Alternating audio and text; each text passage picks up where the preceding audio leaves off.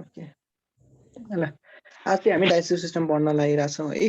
Digestive सिस्टममा चाहिँ हामीले के बारेमा पढ्नुपर्छ भन्दाखेरि सुरुमा यसको रिलेटेड स्ट्रक्चर्सहरू है, रिलेटेड स्ट्रक्चर जस्तै अब माउथदेखि लिएर स्मल इन्टेस्टाइन लार्ज इन्टेस्टाइनसम्म सबै, त्यसपछि ग्ल्यान्ड्सहरू पढ्नु पर्यो।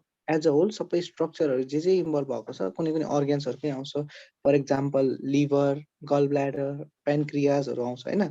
फर्स्टमा स्ट्रक्चर भयो, स्ट्रक्चरको मेन त एलिमेन्टरी क्यानल फोकस हुन्छ हाम्रो, त्यसपछि ग्ल्यान्ड्सहरू, अनि अरू स्ट्रक्चरहरू हेर्दा चाहिँ लिभर, त्यसपछि गल ब्ल्याडर र पेन्क्रियाजको बारेमा हामीले एनाटोमीको हिसाबले अथवा यसको पोजिसन, यसको फङ्सनहरू राम्ररी पढ्नुपर्छ। अनि त्यसपछि त्यस स्ट्रक्चर पछि चाहिँ हामीले फिजियोलोजी भनेर पढ्छौँ। फिजियोलोजीमा चाहिँ हामीले के पढ्छौँ भन्दाखेरि डाइजेसन कसरी हुन्छ त। अब कुनै पनि फुड मेटेरियलहरू हाम्रो कम्प्लेक्स छ, त्यसलाई सिम्पल फर्ममा कन्भर्ट कसरी हुन्छ, अनि त्यसपछि एब्जर्ब कसरी हुन्छ। जेनरली डाइजेसन एन्ड एब्जर्प्सनको टपिक हामीले फिजियोलोजीमा पढ्छौँ। Carbohydrate, protein, fat, mineral vitamins चाहिँ धेरै पर्दैन। कार्बोहाइड्रेट, प्रोटिन, फ्याट चाहिँ कसरी डाइजेस्ट प्लस एब्जर्ब हुन्छ भन्ने हामीले एउटा ओभरभ्यू राख्नुपर्ने हुन्छ। हामीलाई कसरी हुन्छ थाहा हुनुपर्छ। त्यसपछि अब योसँग कुनै एसोसिएटेड प्याथोलोजी अथवा डिजिज छ भने त्यसलाई हामी सर हेर्छौँ।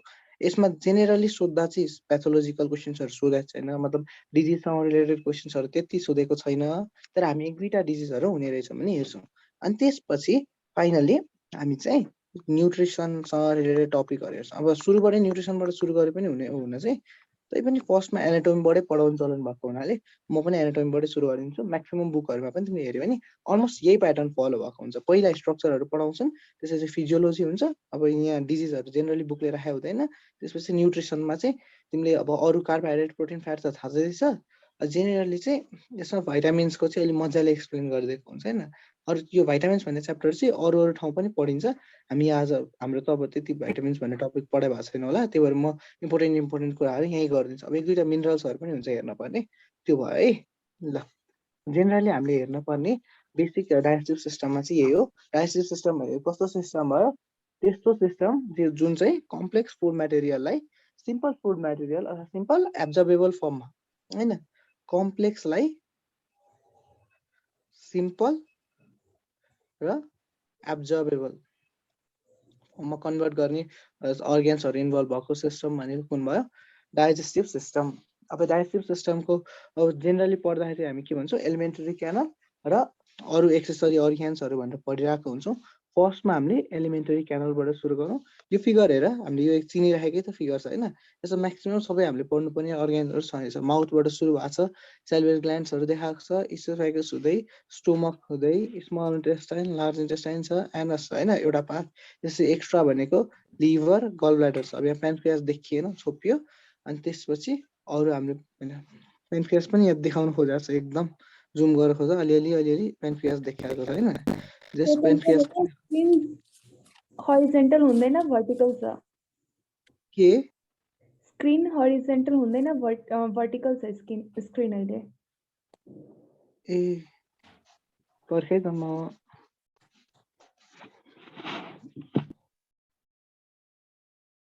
ठिक छ, ठिक छ। हाँ जी सर ठिक छ, ठिक छ। ल अब पेन्क्रियास त्यति देखिया थिएन, पेन्क्रियास भयो होइन। अब त्यसपछि हामीले हेर्दा चाहिँ ठिक छ। अब एलिमेन्टरी क्यानलबाट सुरु गर्नुपर्छ। म्याक्सिमम फलो हुने टेक्स्ट बुकबाटै गरिदिएको छु मैले। यहाँ चाहिँ तिमीले होइन डाइजेस्टिभ सिस्टम चाहिँ देखिँदाखेरि एकदम ठुलो जस्तो देखिन सक्छ होइन, धेरै नआत्तिने है। यहाँबाट पनि सेलेक्टिभ क्वेसन्सहरू सोध्ने हो, त्यस्तो धेरै डिटेलमा सोध्नेवाला छैन होइन। अब फिजियोलोजी चाहिँ कतिले नबुझी छोडिरहेको हुन्छ, त्यस्तो चाहिँ नगर्ने। त्यसपछि सोधेको पास क्वेसनहरू पनि यहाँबाट नबिगार्ने। तर यसमा चाहिँ दियोस् तिमीले रिलेटिभली अरू च्याप्टरहरूभन्दा अलिक डिटेल नै भेटिरहेको हुन्छ, टपिक पनि ठुलो लाग्न सक्छ, नआत्तिकन बिस्तारै पढ्ने है त। ल एलिमेन्टरी क्यानलमा फर्स्टमा हामीले माउथबाट सुरु गर्छौँ। अथवा अब एउटा बेसिक बाटो चाहिँ यही भइहाल्यो, माउथ, त्यसपछि तिम्रो इसोफेगस, अनि त्यसपछि stomach, small intestine, large intestine, anus. यो बेसिक बाटो त यही भयो होइन। अब हामीले पढ्दा चाहिँ माउथको बारेमा पढ्ने भयो। माउथसँगै हामीले बकल क्याभिटी होइन, जुन यो स्पेस, माउथ भनेको त अगाडिको ओपनिङ मात्र भयो। त्यसपछि त्यो इन्टरनल स्पेसमा चाहिँ हामीले के भन्छ, माउथ र बकल क्याभिटी लगभग सँगै भनेर पढ्यो होइन। अच्छा तिमीले यहाँ मैले फिगर राखेको छु कि छैन माउथ हेऱ्यो भने यो जुन यो अगाडिपट्टिको पार्ट यसलाई चाहिँ हामीले भेस्टिबुलर पार्ट भन्यो अनि भित्रपट्टिको च्याम्बरवाला स्पेसलाई चाहिँ हामी के भन्छौँ बकल क्याभिटी भनेर भन्छौँ let me zoom this figure है यसरी हेऱ्यो भने जुन यो ओपनिङ वाला पार्ट छ त्यो पार्टलाई चाहिँ हामीले के भन्यौँ भेस्टिबुल अनि त्यसपछि भित्रपट्टिको होल च्याम्बर वाला पार्टलाई चाहिँ हामीले बकल क्याभिटी भनेर भन्ने गर्छौँ है माउथको अब हामीलाई थाहा भएको जेनरल पनि देखिराख्दो होइन माउथको के हुन्छ कभर केले गरेको हुन्छ लिप्स यो त भन्न परेन यो थाहा भएकै कुरा हो होइन लिप्सले कभर गरेको हुन्छ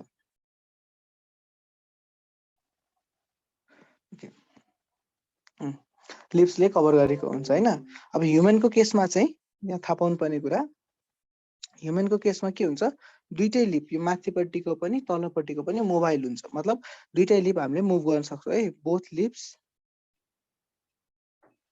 मुभेबल अब लिप्स भन्दाखेरि जस्ट बुझ्यो नि ह्युमनको केसमा चाहिँ माथिपट्टिको र तलपट्टिको दुवैपट्टिको लिप्सहरू मोबाइल हुन्छ भने जेनेरली ऱ्याबिट हामीले अब डाइजेस्टिभ सिस्टम कम्पेयर गर्दा चाहिँ म्याक्सिमम मिल्ने हाम्रो ऱ्याबिटसँग छ ऱ्याबिटसँग जेनरली कम्पेयर गर्छौँ टिथमा अलिअलि फरकको पनि कुरा गरिन्छ जेनरली ऱ्याबिटको कुरा गर्दा चाहिँ ऱ्याबिटमा चाहिँ अप्पर पार्ट चाहिँ फिक्स्ड हुन्छ अप्पर पार्ट चाहिँ फिक्स्ड हुन्छ मतलब मोबाइल हुँदैन अनि लोवर पार्ट मात्र मोबाइल हुन्छ हाम्रो केसमा दुईटै मोबाइल भयो मतलब मुभ गर्ने भयो लिप्सहरू अनि ऱ्याबिटको केसमा चाहिँ ओन्ली लोवर पार्ट चाहिँ मोबाइल हुने भयो है अब यही कन्डिसनमा पर्दाखेरि कतै कतै तिमीले सुन्दाखेरि विस्कर्सहरूको बारेमा सुने हुन्छ कसै थाहा छ यो भने के हो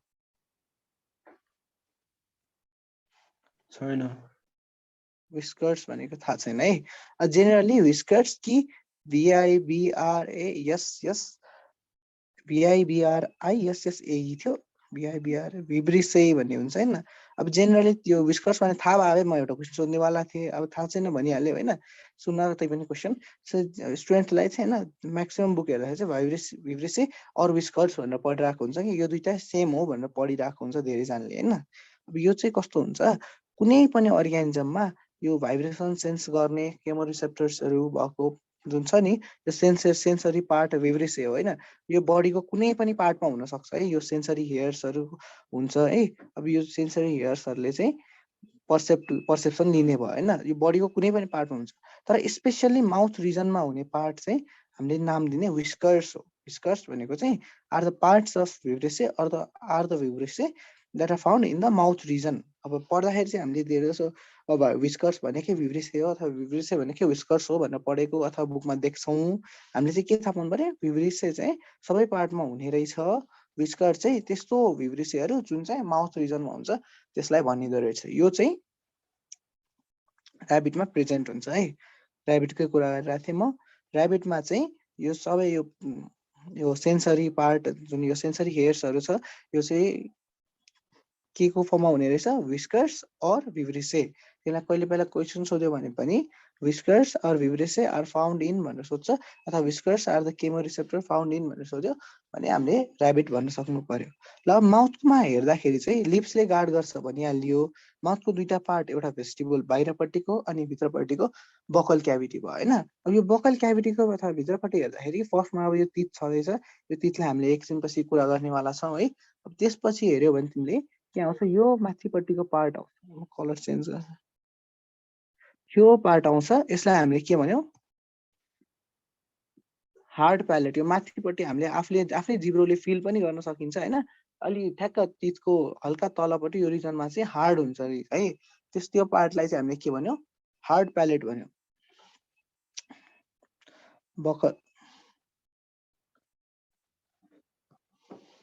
बकल क्याभिटी भयो बकल क्याभिटीको माथिपट्टि अथवा रुफतिर के हुने भयो रुफतिरको पार्टलाई हामीले भन्यौँ प्यालेट यो प्यालेटमा पनि अगाडिपट्टिको एन्टेरियर पार्टको प्यालेटलाई चाहिँ हामीले के भन्यौँ हार्ड प्यालेट जेनेरली के हुन्छ यो चाहिँ बोनी हुन्छ होइन हार्ड प्यालेट हामीले सेप्टममा कुरा गर्दाखेरि पनि एउटा बोनी हुन्छ एउटा कार्टिलाजिनस हुन्छ भनेर गरेको थियो नि त्यस्तै गरी यहाँ पनि एन्टेरियर पार्ट चाहिँ हार्ड प्यालेट भयो यो चाहिँ बोनी हुन्छ अब कुन कुन बोन भन्यो भने म्याक्सिलरी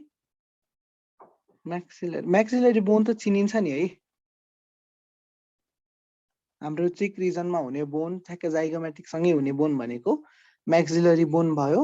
अनि त्यसपछि अर्को बोन भनेको प्यालेटाइन बोन हुन्छ। अब यो एक्स्ट्रा इन्फर्मेसन हो, तिमीलाई याद गर्न सक्छौ राम्रो, भएन भने पनि हाम्रो हार्ड प्यालेट चाहिँ बोनले बनेको हुन्छ चाहिँ एटलिस्ट थाहा हुनु पर्यो। हाम्रो ह्युमन्समा चाहिँ यस्तो हुन्छ है, हाम्रो म्याक्सिलरी र प्यालेटाइन बोनले मात्र बनेको हुन्छ। अब तिमीलाई कतै कतै बुकमा चाहिँ ऱ्याबिटको पनि के हुन्छ दिइरहेको हुन्छ के। ह्युमनको केसमा त हाम्रो म्याक्सिलरी र यो के अरे प्यालेटाइन बोन भयो। अब ऱ्याबिटको त तिमीलाई सेप थाहा छ भने हल्का मुख चुच्चो हुन्छ होइन, मुख चुच्चो हुन्छ हल्का, अब यस्तो धेर हुँदैन, तर जस हाम्रोभन्दा हल्का उठेको हुन्छ नि त, त्यही भएर उसकोमा चाहिँ म्याक्सिलरी सँगै अथवा म्याक्सिलरी बोन अथवा म्याक्सिला सँगै प्रिम्याक्सिला पनि हुन्छ। प्रिम्याक्सिला प्लस प्यालेटाइन। कहाँ पुग्यो जस्तो लाग्छ त, धेरै केही भएको छैन।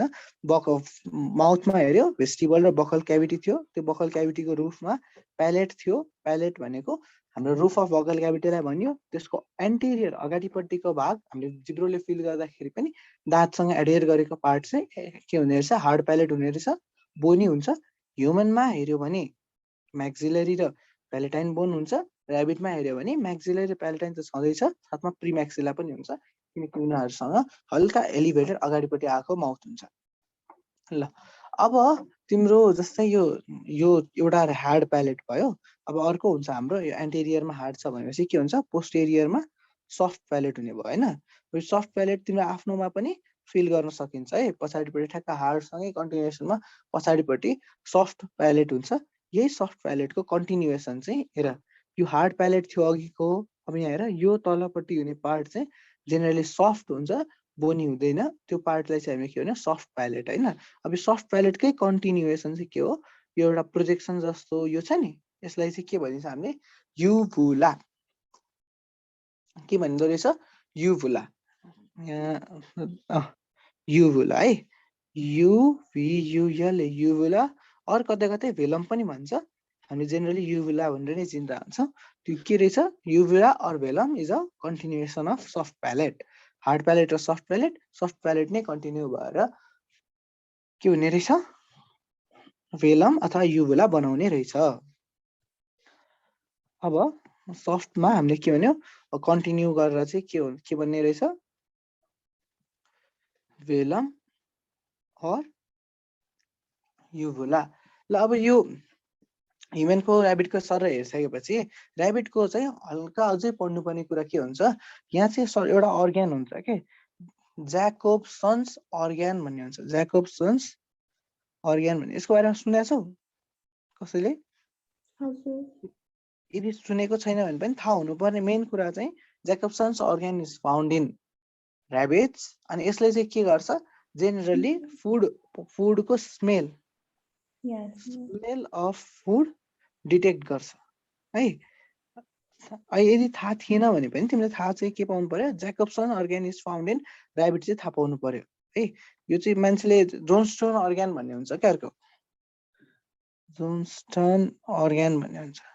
मान्छे धेरैजना योसँग झुकेर स्नेक्स लगाइरहेको हुन्छन् होइन, त्यो होइन, just Jacobson organ is found in rabbits. यसको मेन फङ्सन चाहिँ फुडको स्मेल डिटेक्सन, यो चाहिँ केमो रिसेप्टर भयो है, अथवा हामीले भन्दाखेरि ओल्फ्याक्टोरी रिसेप्टर भन्न सकिन्छ। मैले तिमीहरूलाई रेस्पिरेटरी पढाउँदाखेरि स्मेल डिटेक्ट गर्नलाई लिक्विड फर्ममा हुन्छ भने पनि थियो होला, त्यतिखेर पनि मैले यो कुरा गराएको थिएँ होला है, कतिको याद छ? अब त्यहाँ smell food detection found in rabbit भनेको चाहिँ हाम्रो के रहेछ, ज्याकोब्सन्स अर्ग्यान। यो एउटा एक्स्ट्रा पोइन्ट, यो चाहिँ ठ्याक्कै हाम्रो कहाँ हुन्छ, बकल क्याभिटीमै हुन्छ। हाम्रो बकल क्याभिटी पढ्दै गर्दाखेरि एउटा पनि थाहा पाउनु पर्यो। ल हेर, अब यहाँ फिगरमा अर्को एउटा कुरा पनि मैले देखाउन खोजिरहेको छु। अब यो टिथहरूको कुरा छँदैछ, टिथ र टङको बारेमा अब हामीले कुरा गर्नुपर्छ। बकल क्याभिटीभित्र भएकै पार्टहरू भयो, साथमा यो टन्सिल्सहरू पनि हुन्छ कि, अलिक कतिको देखिया छ है यहाँ फिगरमा। ठ्याक्कै हेर, यहाँ यतापट्टि स्वेलिङ छ है, यतापट्टि स्वेलिङ छ, यस्तो स्वेलिङहरू छ नि, त्यो चाहिँ के हो, लिम्फ ग्ल्यान्ड्सहरू हो के। हामीले लिम्फ पढ्दाखेरि पनि लिम्फ ग्ल्यान्ड्सहरूलाई कलेक्टिभली एक ठाउँमै प्रेजेन्ट भयो भने के भनिन्छ भनेको थियो, टन्सिल्स हुन्छ भनिन्छ भनेर भनेको थियो नि। हो, यस्तो चाहिँ के रहेछ, यो चाहिँ हामीले के भन्यो, टन्सिल्स टन्सिल्सलाई हामीले पुलिसम्यान अफ सेल्स पनि भनिन्छ अथवा पुलिसम्यान अफ ह्युमन बडी पनि भनिन्छ भनेर भनेको थियो। टन्सिल्स भने के रहेछ, लिम्फ ग्ल्यान्डहरू सँगै एसोसिएट भएर बसेको। अब जेनरली तिमीलाई टन्सिल्सहरूको बारेमा अहिले म पछि हल्का डिटेलमा कतिवटा टन्सिल्स छ के छ त्यो पनि लेखाइदिन्छु। त्यहाँ के चाहिँ थाहा पाउनु पर्यो, यहाँ हाम्रो बकल क्याभिटीमा चाहिँ प्यालेटाइन टन्सिल्सहरू देखिरहेको छ है।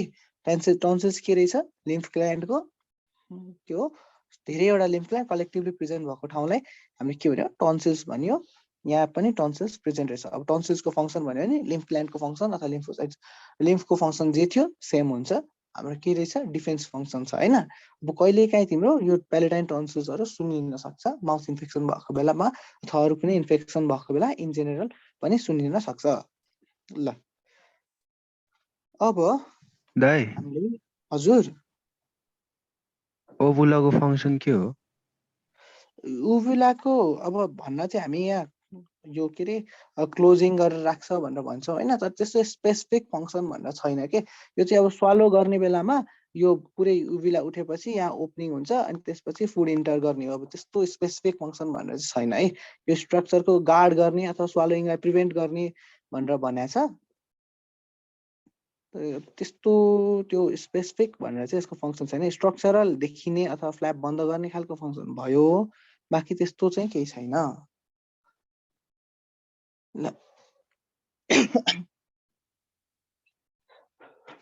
हामीले फुडलाई प्रिभेन्ट गर्ने फुडलाई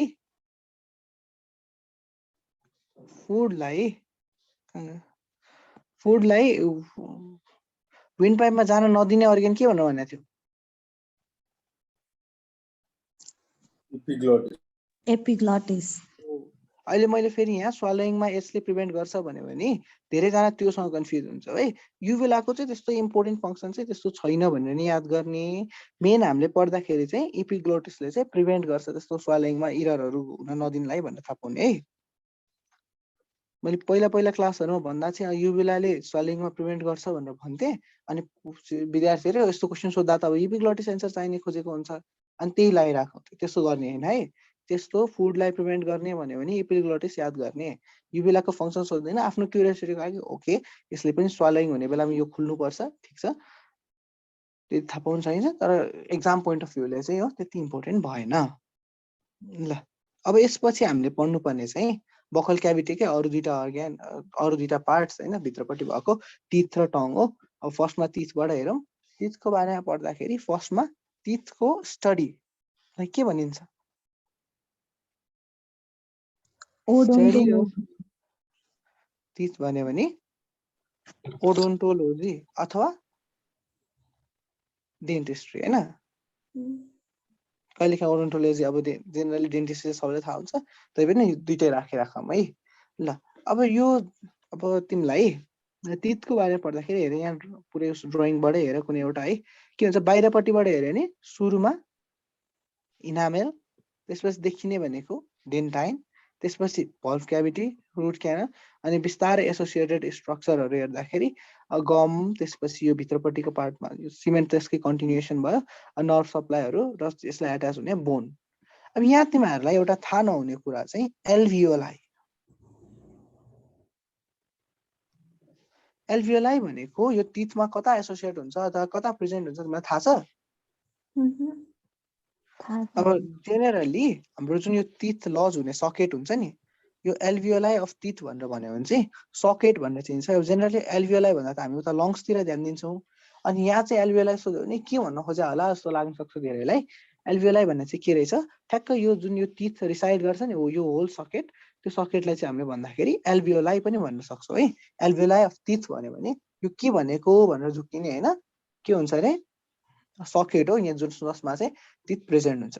ल अब तिमीले हेऱ्यौ कुनै एउटा टिथलाई भने जेनरली तीनटा पार्टमा डिभाइड गर्न मिल्छ। माथिपट्टिको देखिने पार्ट जसलाई हामीले के भन्यौँ क्राउन, त्यसको चाहिँ मिडल ठ्याक गममा एट्याच भएको पार्ट जसलाई हामीले के भन्यौँ नोक नेक, र त्यसपछि तलपट्टिको पार्ट जसलाई चाहिँ हामीले के भन्छौँ रुट। तीनटा हुन्छ। एक्सपोज पार्ट भयो क्राउन भनेको, त्यसपछि गमको छेउछाउमा भएको पार्ट पनि नेक भयो, र फाइनली बोनमा भित्र छिरेको अथवा यो पुरै टिथलाई फर्मली होल्ड गर्ने पार्ट भनेको चाहिँ रुट भयो। ओके अब त्यसपछि हामी जेनेरली के को हिसाबमा पुरै यो तिथलाई डिभाइड गर्छौं कस्तो जस्तै तिथ भन्दा चाहिँ हामी के भन्छौं क्यानाइन भन्छौं इन्सिजर भन्छौं क्यानाइन भन्छौं प्रिमोलार भन्छौं मोलार भन्छौं नि यो के को बेसिसमा भनिन्छ त यो चाहिँ तिम्रो क्राउनमा पनि चेन्जेसहरु हुन्छ Same. र रुटमा पनि चेन्जेसहरु हुन्छ है अब कतिले चाहिँ अगाडिपट्टिको भिजुअल पार्ट मात्र चेन्जेस हुन्छ भनेर सोचिरहेको हुन्छ हैन त्यस्तो चाहिँ सोच्ने हैन तिम्रो क्राउनमा त अभियसली चेन्ज हुने भइहाल्यो हाम्रो फरक फरक दाँत देखिन्छ त्यो कमन छ साथमा रुटको स्ट्रक्चर पनि यिनीहरुको फरक फरक नै हुन्छ भनेर थाहा पाउने है हामीले अब यो इन्सिजरहरुको बारेमा कतिवटा हुन्छ डेन्टल फर्मुला पढ्दाखेरि डिटेलमा पढ्नुपर्छ अहिले हेर्दा चाहिँ इनामेल ओके इनामेलको कुरा गर्दाखेरि इनामेल चाहिँ हाम्रो बडीको हार्डेस्ट सब्स्टेन्स हो है हार्डेस्ट सब्स्टेन्स यहाँ इम्फेसिस दिनुपर्ने भनेको सब्स्टेन्स हो है ह्युमन बडी किन यस्तो भनिरहेको छु भन्दा इनामेल भनेको चाहिँ अर्ग्यानिक होइन it is an inorganic body हैन यो बडीको टिस्यु लिभिङ पार्ट होइन त्यही भएर हामीले लेख्दाखेरि सब्स्टेन्स भनेर लेखिरहेको छ अथवा अब हामीले अर्को क्वेशन आउँछ हार्डेस्ट टिस्यु एउटा हुन्छ हार्डेस्ट सब्स्टेन्स अर्को हुन्छ हार्डेस्ट टिस्यु हार्डेस्ट सब्स्टेन्स भनेको चाहिँ नन लिभिङ पार्ट भयो इनअर्ग्यानिक पार्ट भयो हार्डेस्ट टिस्यु भनेको चाहिँ लिभिङ पार्ट कुन हो भनेर सोध्न खोजेको हुन्छ है त ल यसको एन्सर के हो तिमीले हार्डेस्ट सब्स्टेन्स भन्यो भने इनामेल सबभन्दा दह्रो चिज भयो अनि त्यसपछि हार्डेस्ट टिस्यु भन्यो भने चाहिँ के हो एन्सर डेन्टाइन हामीलाई के थाहा हुनु पर्यो इनामेल भनेको हार्डेस्ट सब्स्टेन्स डेन्टाइन भनेको हार्डेस्ट टिस्यु अब यससँगै अर्को एउटा एकचोटि सोधेको छ तिमीलाई पहिला हैन क्वेशनमा कि इनामेल इज सेक्रेटेड बाइ एउटा इनामेल इज सेक्रेटेड बाइ छ अनि अर्को चाहिँ डेन्टाइन इज सेक्रेटेड बाइ छ ठ्याक्कै दुईटा नाम तिमीलाई लगभग झुकिन पनि सकिन्छ के त्यही भएर सँगसँगै याद गरेको राम्रो इनामेल भन्यो भने चाहिँ एमिलोब्लास्ट AMELO BLAST अब याद हुनलाई चाहिँ हैन एमिलोब्लास्ट र ओडोन्टोब्लास्ट हुन्छ याद गर्नलाई चाहिँ हामीले एमिलोमा चाहिँ ई छ ईबाट चाहिँ इनामेल भनेर याद गर्दा भयो है त ल एमिलोब्लास्टले चाहिँ के गर्ने रहेछ इनामेल सेक्रेट गर्ने अथवा इनामेल प्रोड्युस गर्ने काम गर्दो रहेछ अब त्यसपछि के हुन्छ डेन्टाइन केले प्रोड्युस गर्छ ओडोन्टोब्लास्ट डी बाट डेन्टाइन छ ई बाट इनामेल छ भनेर याद गर्न सक्यो भने पनि भइहाल्यो डेन्टाइन भनेको चाहिँ हार्डेस्ट टिस्यु यो लिभिङ पार्ट भयो हार्ड हुन्छ हैन अब तिमीलाई इनामेल चाहिँ कतिको थाहा छ ल म यसको फर्मुला पनि भनिदिन्छु है थाहा भएन भने पनि केही छैन अहिलेसम्म सोधेको छैन तर जस्ट याद कुनै बेला अप्सनमा तिमीले नाम सुनेछौ भने मात्र पनि आइहाल्यो भने मिल्छ है क्याल्सियम तिम्रो बुकमा पनि छैन होला यो calcium hydroxy appetite calcium hydroxy appetite भन्ने स्ट्रक्चरले चाहिँ यो के हो इनामेल बनाउने हो है यो चाहिँ इनअर्ग्यानिक पार्ट भयो जसले चाहिँ यो इनामेल बनाउने गर्छ बोनमा पनि हुन्छ अब enamel is made up of भनेर सोध्यो भने क्याल्सियम हाइड्रोक्सी एपिटाइट हो यो नाम थाहा भएको छ भने हामीलाई क्याल्सियम त हुन्छ जेनरली बोनमा भन्ने थाहा छ नि त अनि यो लगभग मिलाइहालिन्छ है के चाहिँ थाहा हुनु पर्यो क्याल्सियमले बनेको हुन्छ क्याल्सियम हाइड्रोक्सी एपिटाइट एकचोटि हेर्न खोज्ने याद भयो भने राम्रो हो अनि अर्को कुरा जस्तै तिमीले दाँत मोल्छौ नि हैन त्यो दाँत मोल्दाखेरि एउटा त हामी ब्याक्टेरियाबाट प्रिभेन्ट गर्छौं अर्को हामीले के भन्छौं टिथ हार्डन गर्छौं अथवा टिथ हार्डनिङ एजेन्ट भनेर भन्छौं नि त्यो किन भनेको होला थाहा छ डेली ब्रस गर्यो टिथ भन्यो भने यदि डेली ब्रस गर्यो भने तिम्रो टिथ चाहिँ स्ट्रङ हुन्छ भनेर भनिन्छ नि त्यो चाहिँ किन भनेको भन्दाखेरि टिथ मतलब यो टुथपेस्टहरु जुन हुन्छ टुथपेस्ट यो केमिस्ट्रीको क्वेशन एकचोटि सोधेको छ है टुथपेस्टहरु जुन हुन्छ त्यसमा चाहिँ स्ट्रोन्सियम फ्लोराइड हुन्छ के अथवा फ्लोराइडहरु हुन्छ फ्लोराइड आयन्सहरु हुन्छ अनि यही फ्लोराइड आयन्सहरुले चाहिँ एउटा कुरा ब्याक्टेरियाबाट प्रिभेन्ट गर्ने भयो एन्टिअक्सिडेन्ट जस्तो काम गर्ने अक्सिडेन्ट जस्तो काम गर्यो ब्याक्टेरियाहरु मार्ने जस्तो काम गर्यो अर्को कुरा यो क्याल्सियम हाइड्रोक्सी एपिटाइट बनाउने बेला यो फ्लोरिन पनि युज हुन्छ अनि हामीले कन्स्टेन्ट सप्लाई दिइराछ भने यो बन्ने प्रोसेसमा स्लो हुँदैन ल अब भन्नुपर्ने मेन कुरा चाहिँ यही थियो यो टुथपेस्ट एउटा एक्स्ट्रा इन्फर्मेसन भयो सकिन्छ याद गर्ने क्याल्सियम हाइड्रोक्सी एपिटाइटसँग सकिएन भने पनि त्यति समस्या भएन ल त्यसपछि हामीले यहाँ हेर्नुपर्ने भनेको अब इनामेल भयो, डेन्टाइन भयो। अब के छ पल्प क्याभिटी। यहाँ फिगरमा पनि हेर्न सक्छौ पल्प क्याभिटीमा के छ त। जेनेरली पल्प क्याभिटीमा चाहिँ यो क्याभिटी भनेपछि त अभियसली ओपनिङ स्पेस भयो। यसमा चाहिँ के हुने भयो, ब्लड भेसल्सहरू हुने भयो, लिम्फेटिक्सहरू हुने भयो। अब लिम्फेटिक्स भनेर चाहिँ थाहा छैन होला होइन, पढाइसकेँ नि मैले कार्डियोभास्कुलर सिस्टम। ब्लड भेसल्स हुने भयो, लिम्फेटिक्स हुने भयो, अनि नर्भ फाइबर्सहरू हुन्छ जसमा चाहिँ यो पुरै टिथको सेन्सिटिभिटी, ब्लड सप्लाई मेन्टेन गर्ने काम चाहिँ केले गर्दा हुने रहेछ, पल्प क्याभिटी। अब जेनरली तिम्रो कुनै यहाँ माथिपट्टिबाट क्याभिटी सुरु भएर यहाँसम्म आइसकेको छ भने चाहिँ अब चाहिँ यसलाई केही क्योर छैन भनेर हामी छोडी पनि रहेको हुन्छौँ होइन। त्यसपछि सिमेन्ट यो पुरै सिल गर्ने, सिमेन्ट गर्ने पनि भनेको हुन्छ। ओके, त्यसमा के भएन, के चाहिँ थाहा पाउनु पर्यो, पल्प क्याभिटीमा चाहिँ ब्लड भेसल्सहरू, नर्भ्सहरू प्रेजेन्ट हुने रहेछ। अब फाइनली सिमेन्ट भनेर छ होइन। सिमेन्ट भनेको जस्तो केही कुरा भएन, यो चाहिँ गम्स र तितलाई जोड्ने यो जोड्ने पार्ट भयो। यहाँ लेखाएर हिँड्छ। ओके, यो पार्ट जुन छ ओके यहाँ छ सिमेन्ट भन्ने पार्ट भयो। सिमेन्ट भनेको चाहिँ यो गम रिजन र तितलाई जोड्ने पार्ट भयो, तितको पनि रुट रिजनलाई जोड्ने पार्ट भयो। ल अब ओके, बच्चामा एउटा क्वेसन सोध्न सक्छु के, बच्चामा होइन बेबीलाई चाहिँ कुन औषधि दियो, अथवा यो धेरै ड्रग त तिमीले सुन्नु पर्दैन, तर यो एउटा ड्रग चाहिँ सुन्नु परिरहन्छ। कुन औषधि दियो भने चाहिँ तिम्रो यो बच्चादेखि नै दाँत पातलो हुने, दाँत हरियो हुने, ग्रिन टिथ हुन्छ भनेर सोधिरहेको हुन्छ है। दाँत बिग्रिने अथवा कुन औषधि चाहिँ प्रेग्नेन्ट मदरले खायो भने बच्चाको दाँत बिग्रिन्छ, पातलो बन्छ, हरियो बन्छ भनेर सोधिरहेको हुन्छ। त्यतिखेर तिमीले यो एउटा नाम टेट्रासाइक्लिन चाहिँ याद गर्नु है। अब सबै औषधिको नाम त तिमीलाई थाहा हुनु पर्दैन। यो एउटा चाहिँ स्पेसल औषधि छ जुन चाहिँ यदि बच्चामा दियो भने बच्चाको चाहिँ दाँत बिग्रिने गर्छ, इनामेल राम्ररी फर्मेसन हुँदैन, सबै समस्या हुन्छ। पहिला एकचोटि सोधे पनि छ, त्यसैले मैले भनिदिइरहेको छु। बाहिरको रिजनमा ठ्याक्क वान लाइन क्वेसन भनेर सोधेको छैन।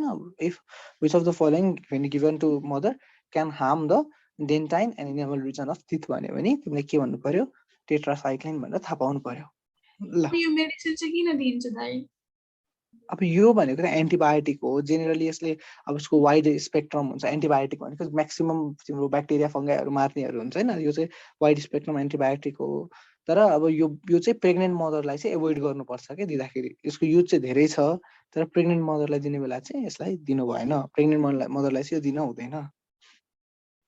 एन्टिबायोटिक हो भनेपछि यसको के हुन्छ त, एन्टी फङ्गल मतलब फङ्गाई ब्याक्टेरियल भाइरल डिजिजहरूबाट प्रिभेन्ट गर्नलाई भयो। ल अब सर हजुर पाइयोरिया भन्ने के हो? के भन्यो? पाइयोरिया भन्ने के? गम डिजिजेसहरू हो। म पछि तिमीलाई भनिदिन्छु नि यो सबैहरू फिगर सहितै म देखाइदिनु सोचिरहेको छु। मेरो स्क्रिन के भयो? हेलो, मेरो सेयर भइरहेछ स्क्रिन। नै काटिँदै भर्खर क्यामेरातिर फेस गर्यो कि म ढोका खोल्न गएको। अब हेर है, यो के भयो, कहाँसम्म छ हामी? टिथ स्टडी भयो, चारवटा पार्ट मैले भने। ओके, अब चाहिँ हामीले हेर्दाखेरि टाइप्स अफ टिथको बारेमा हेर्नु पर्यो। कुन कुन टिथ हुन्छ अघि नै हामीले हल्का भन्यो। अब हामी डेन्टल फर्मुलाको कुरा गर्दाखेरि अझ डिटेलमा कुरा गर्छौँ भनेको थिएँ। इन्सिजर,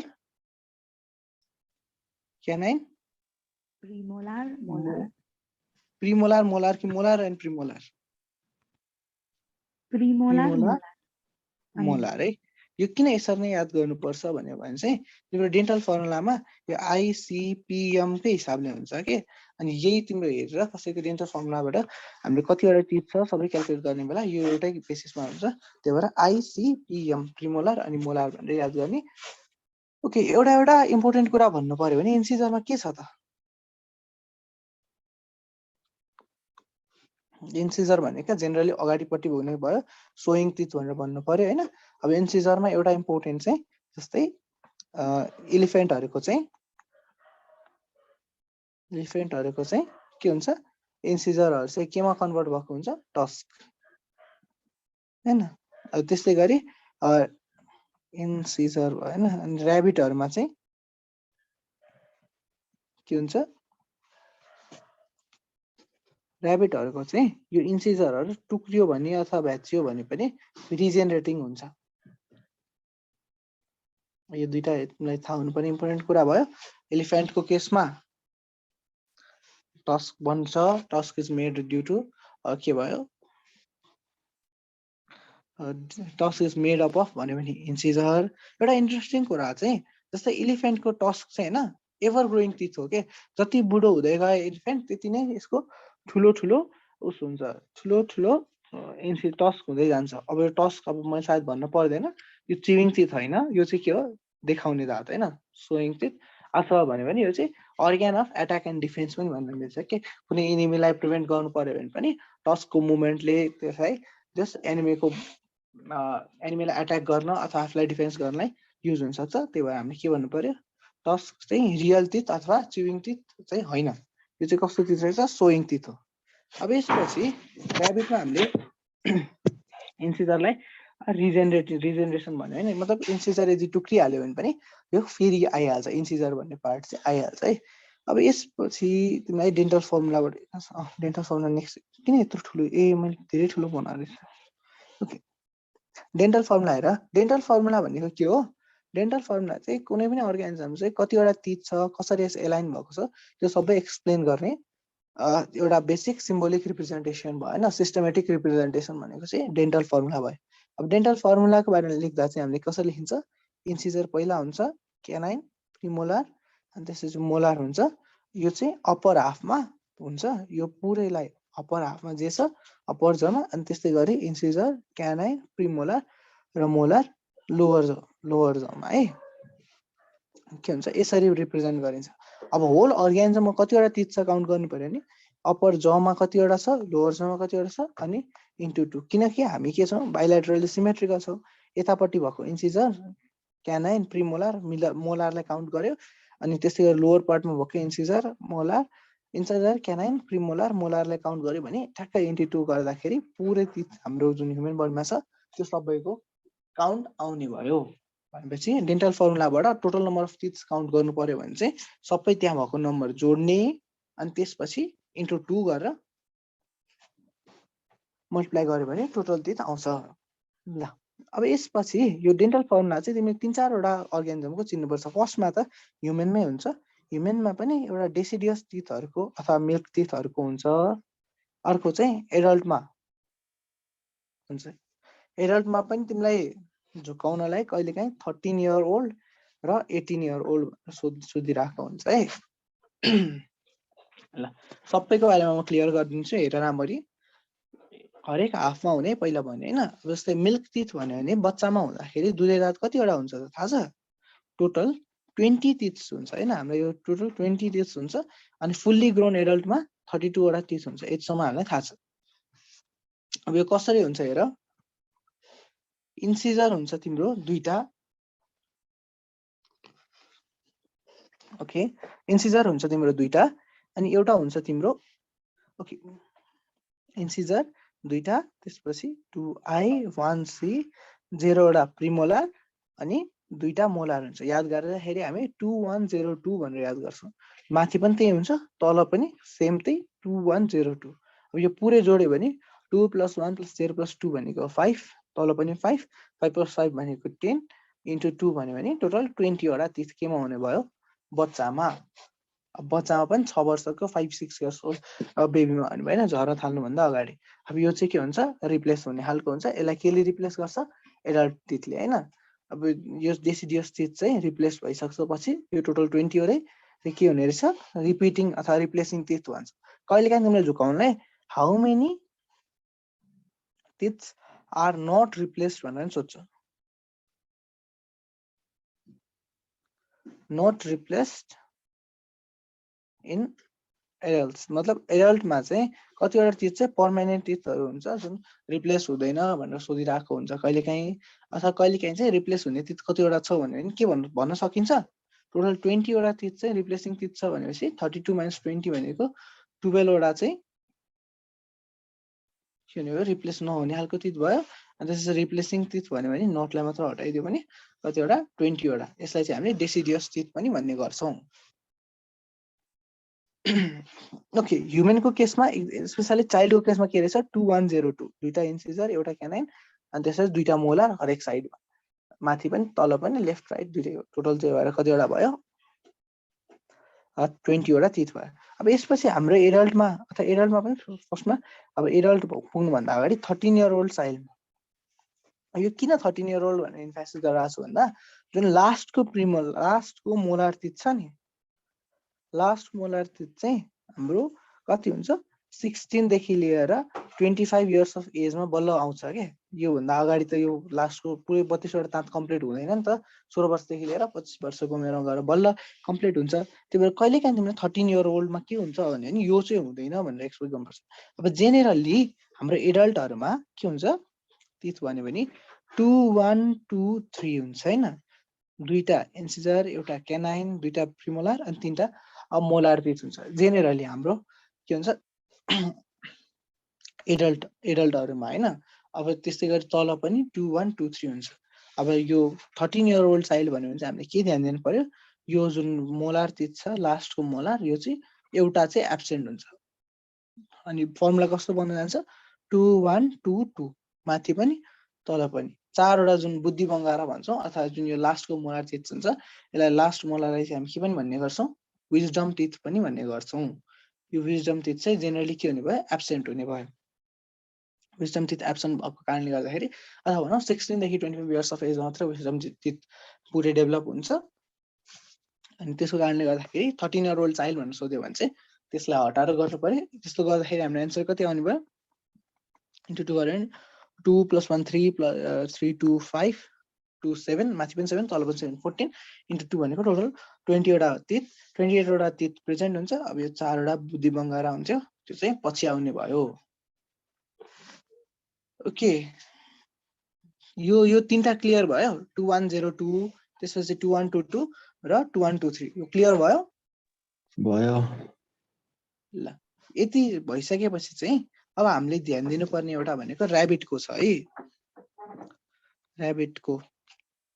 ऱ्याबिटको केसमा चाहिँ तिम्रो कस्तो हुन्छ भनेर भन्यो भने यसको फर्मुला चाहिँ पहिले लेखिदिन्छु म 2 0 3 3 1 0 2 3 ल हेर यहाँ चाहिँ के हुन्छ यहाँ 0 देखिरहेछ हैन ऱ्याबिटमा चाहिँ के हुन्छ क्यानाइन एब्सेन्ट हुन्छ।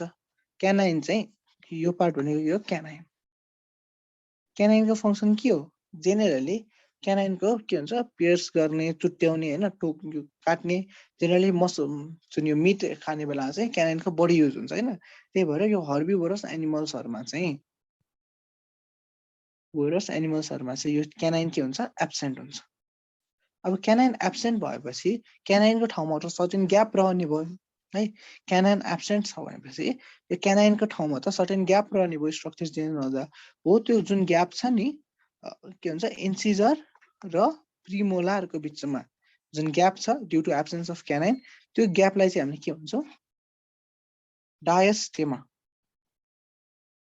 ठीक छ डायस्टेमा भनेको चाहिँ के रहेछ इन्सिजर र प्रिमोलार दुईटा तिथ बीचको ग्याप भयो ठ्याक्क gap region between incisor and premolar due to absence of canine generally seen in herbivorous is called diastema.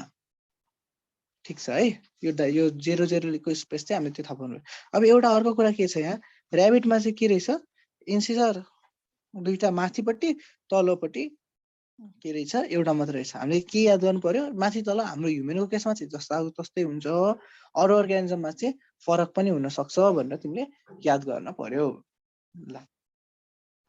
ऱ्याबिटमा total तिथ कतिवटा हुनुभयो त 2 + 3 6 2 + 3 5 + 3 8 त्यस्तै गरी माथि भयो 8 तलपट्टि 6 भयो 8 6 ले कति भयो 14 भयो इन्टु 2 गर्यो भने 28 तिथ। ऱ्याबिटमा कतिवटा तिथ हुने रहेछ टोटल 28 वटा तिथ 2033 1023 भयो। ओके यसपछि यहाँ चाहिँ एउटा क्वेशन अर्को पनि सोध्न सकिन्छ to maximum number of teeth is found in के हुन्छ होला आन्सर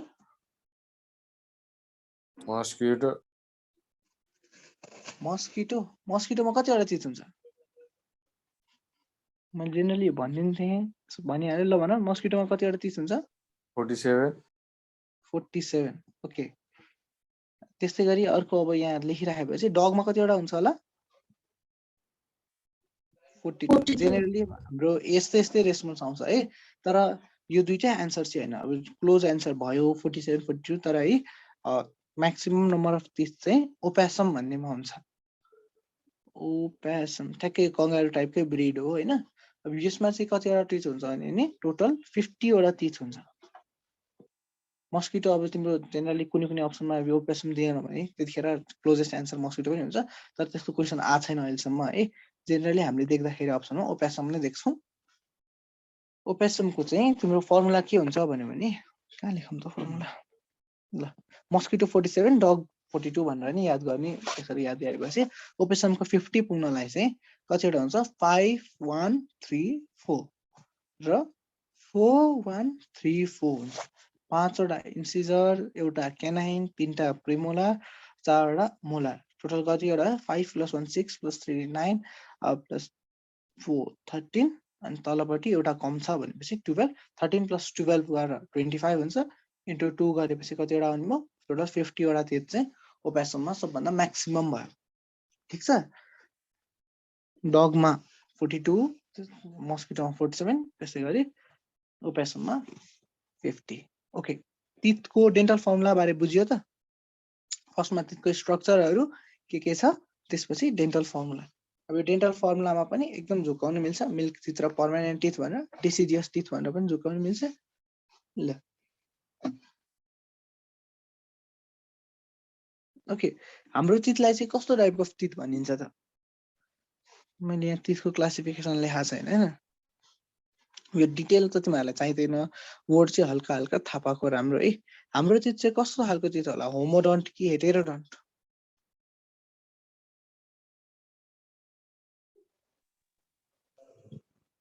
होमोडोन्ट हाम्रो हेटेरोडन्ट थेकोडन्ट र डाइफोडन्ट ओके पुरै एन्सरै भनिहाल्यो है राम्रो हेटेरोडन्ट थेकोडन्ट र डाइफाइडन्ट हैन ओके यो के हो त फर्स्टमा होमोडन्ट हेटेरोडन्ट बारे भनिदिन्छु है होमोडन्ट हेटेरोडन्ट भनेको चाहिँ जुन अर्गानिजममा चाहिँ एउटै किसिमको दाँत छ नि त्यसलाई चाहिँ के भन्यो होमोडन्ट भन्यो अब हाम्रोमा त इन्सिजर क्यानाइन प्रिमोलार मोलार फरक फरक खालको छ भनेपछि त्यस्तो टिथलाई चाहिँ हामीले के भन्यौ हेटेरोडन्ट भनेर भनियो हेटेरोडन्ट त क्लियर भयो अब यो थेकोडन्ट भनेको चाहिँ के होला त लन्च सकेट नाइस सकेटमा लन्च हुने अनि त्यसै गरी डाइफाइडन्ट भने दुईचोटी एपियर हुने हैन एपियर ट्वाइस भने भयो अथवा एकचोटी वान्स रिजेनरेटिङ एकचोटी रिजेनरेट गर्ने भने एपियर ट्वाइस भने पनि भयो त्यसै गरी रिजेनरेटिङ वान्स भने पनि भयो रेटिङ वान्स भने पनि भयो दुईटै भनेको मिल्यो है अब हेटेरोडन्टको होमोडन्ट भयो थेकोडन्टको अरु के हुन सक्छ त सकेटमा लज भएको भनेको थेकोडन्ट भयो हैन अर्को तिम्रो फ्रगमा हेर्दाखेरि कहिलेकाहीँ एक्रोडन्ट सुनेर आउँछ एक्रोडन्ट भने के थाहा छ एक्रोडन्ट भने के थाहा छ गोलसँग एट्याच भएको र हैन एक्रोको मिनिङ के हो टिप एक्रोको मिनिङ टिप भयो है मतलब तिम्रो ठ्याक्क अगाडिपट्टि अथवा टर्मिनल यो जको पुरै टर्मिनल पार्टमा अगाडिपट्टि एट्याच भएको तितलाई के भने हामीले एक्रोडन्ट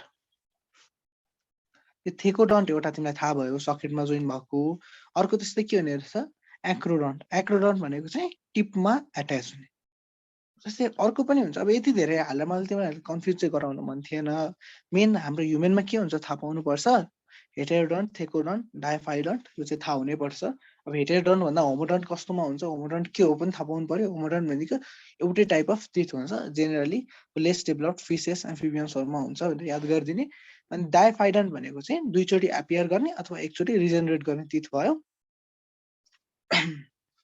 डाइफाइडन्ट भनेको दुईचोटी एपियर गर्ने त्यस्तै अब मोनोफाइडन्ट भन्यो भने एकचोटी मात्र एपियर गर्ने भाँच्यो भने फेरि नपलाउने खालको टिथ भयो त्यस्तै गरी पोलिफाइडन्ट भन्यो भने मल्टिपल टाइम्स एपियर गर्ने खालको टिथहरु भयो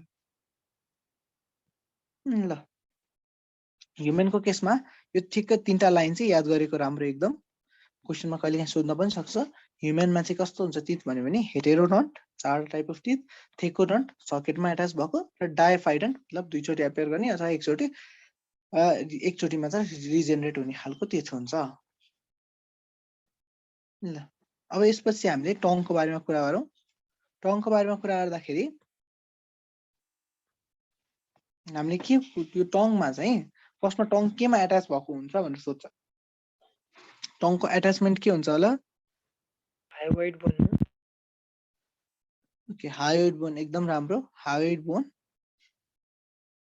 बोनमा चाहिँ टङ एट्याच भएको हुन्छ पोस्टेरियर पार्ट जुन छ त्यो चाहिँ ठ्याक्क तलपट्टि हायोइड बोनमा एट्याच भएको हुन्छ एन्टिरियर पार्ट चाहिँ फ्री अथवा मोबाइल हुन्छ है के भन्छ अब यो हेर टङ भनेको कस्तो हो त यो के हो मस्कुलर स्ट्रक्चर हो हैन मस्कुलर स्ट्रक्चर हो अब यो कुन मसलले बनेको हुन्छ होला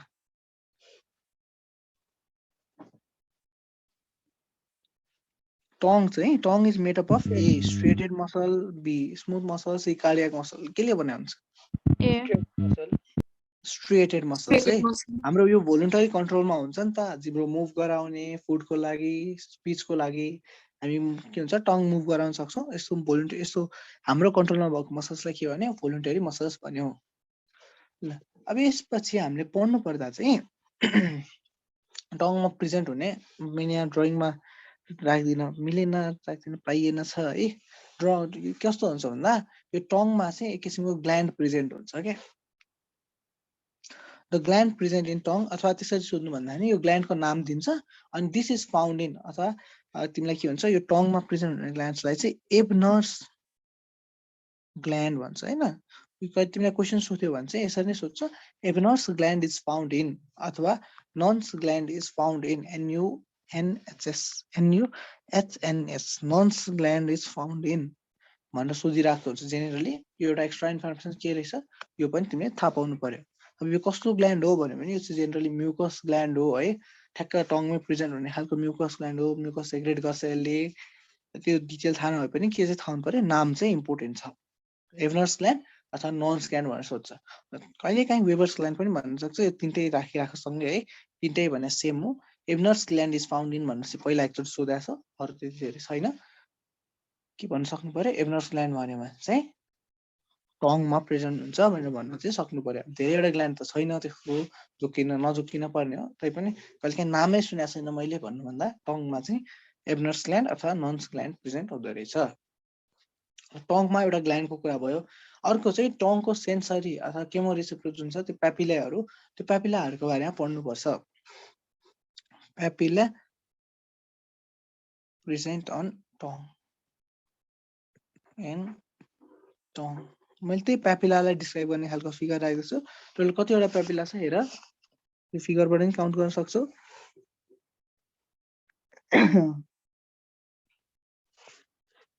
सर्कमभ्यालेट फोलिएट त्यसपछि फङ्गिफर्म यहाँ मैले फिलिफर्म राखिन अर्को हुन्छ फिलिफर्म टोटल 4 वटा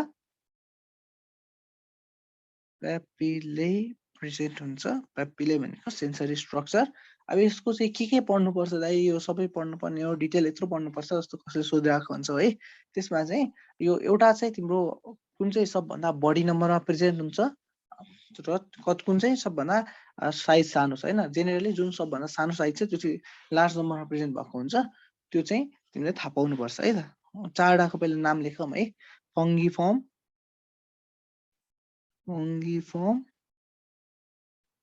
फिलिफर्म सर्कमभ्यालेट र फोलिएट यो जेनरली यो 4 वटाकै नाम चाहिँ तिम्रो यसको शेपको कारणले गर्दाखेरि आएको हो हैन अब त्यत्रो डिटेलमा गएन भने पनि के चाहिँ थाहा पाउनु पर्यो तिमीले सर्कमभ्यालेट भन्ने चाहिँ लार्जेस्ट हो लार्जेस्ट प्यापिले भनेपछि के पनि रहेछ यो लार्जेस्ट भएपछि यो लिस्ट इन नम्बर पनि हुन्छ ठुलो छ भनेपछि नम्बरमा थोरै हुने भयो है त्यस्तै गरी यो फिलिफर्म भनेको चाहिँ स्मलेस्ट प्लस के रहेछ लार्ज मतलब स्मलेस्ट प्यापिले अनि हाईएस्ट इन नम्बर अरु थाहा भए पनि नभए पनि यति प्यापिलाको बारेमा प्यापिला भनेको के हो भनेर सोध्यो भने यो टेस्ट डिटेक्ट गर्ने अर्ग्यान भयो। त्यसपछि फङ्गिफर्म, फिलिफर्म, सर्कमभ्यालेट र फोलिएट भनेर थाहा पाउनु पर्यो। अब हेर यहाँ चाहिँ होइन मैले अब सकेसम्म त नपढाउँ भन्छु त्यही पनि एक्जाममा सोधिदिन्छ इन्ट्रान्समा चाहिँ कस्तो हुन्छ कहिले रङ इन्फर्मेसन छ अनि क्वेसनमा सोधिरहेको छ भने हामीले रङ पनि लाउनु पर्छ के। अब जस्तै यहाँ हेऱ्यौ भने तिमीले टेस्ट चाहिँ जेनरली हाम्रो होल टङले नै फिल गर्ने हो है। टेस्ट चाहिँ पुरै टङ इन्भल्भ हुन्छ टेस्ट। तिमीले अब यहाँ मैले पढाउँदा चाहिँ तिम्रो साल्टलाई टिप भनेर पढाउँछु, साल्ट स्विटलाई टिप भनेर पढाउँछु है। ध्यान दियो है, यहाँ मैले पढाउन पनि कस्तो भन्दा एक्जाम पोइन्ट अफ भ्यूले पढाइदिरहेको छु। त्यही भएर यो यसरी नै याद गर्नुपर्छ। अब यस्तो हुन चाहिँ हुँदैन एक्चुअली। अब पहिला एकचोटि थ्योरी थियो यस्तो हुन्छ होला, साल्ट चाहिँ यो अगाडिपट्टिको रिजनले मात्र अनि सावर चाहिँ साइडको रिजनले अनि बिटर चाहिँ ब्याकको रिजनले भन्ने एउटा थ्योरी थियो पहिला है। अहिले चाहिँ त्यस्तो हुँदैन। सबै सेन्सहरू जेनरली सबै ठाउँ यो हल्का बढी चाहिँ यो एन्टेरियर पार्टमा छ जे पनि तर जस सबै ठाउँ टङको सबै एरिया इन्भल्भ भएको हुन्छ टेस्टको लागि। यो स्विट थाहा पाउनु पर्यो भने ल्याटरल साइडले पनि स्विट थाहा पाउँछ। तिम्रो अगाडिकोपट्टिको पार्ट ड्यामेज भयो भने स्विटै थाहा पाउन नपाउने, सावरै थाहा नपाउने भन्ने हुँदैन। के चाहिँ थाहा पाउनु पर्यो अब एक्जाममा सोद्धाखेरि चाहिँ जस्तै bitter taste is detected by which side of the tongue भन्यो भने एन्सरमा ब्याक लाग्नै पर्यो क्वेसन सोधिसकेपछि। तर जस यो इन्फर्मेसन चाहिँ हल्का गलत छ भनेर थाहा पाउने पहिले।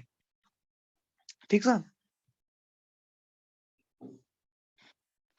भन्यो कि बुझ्यो कि बुझेन? ल ठिक छ। टङले चाहिँ पुरै पार्टले टेस्ट गर्छ तैपनि क्वेसनमा कहिले काहीँ सोध्न सक्छ। त्यसको लागि चाहिँ साल्ट स्विट अब यहाँ निमोनिक्स पनि छ है, टी पछाडि छ।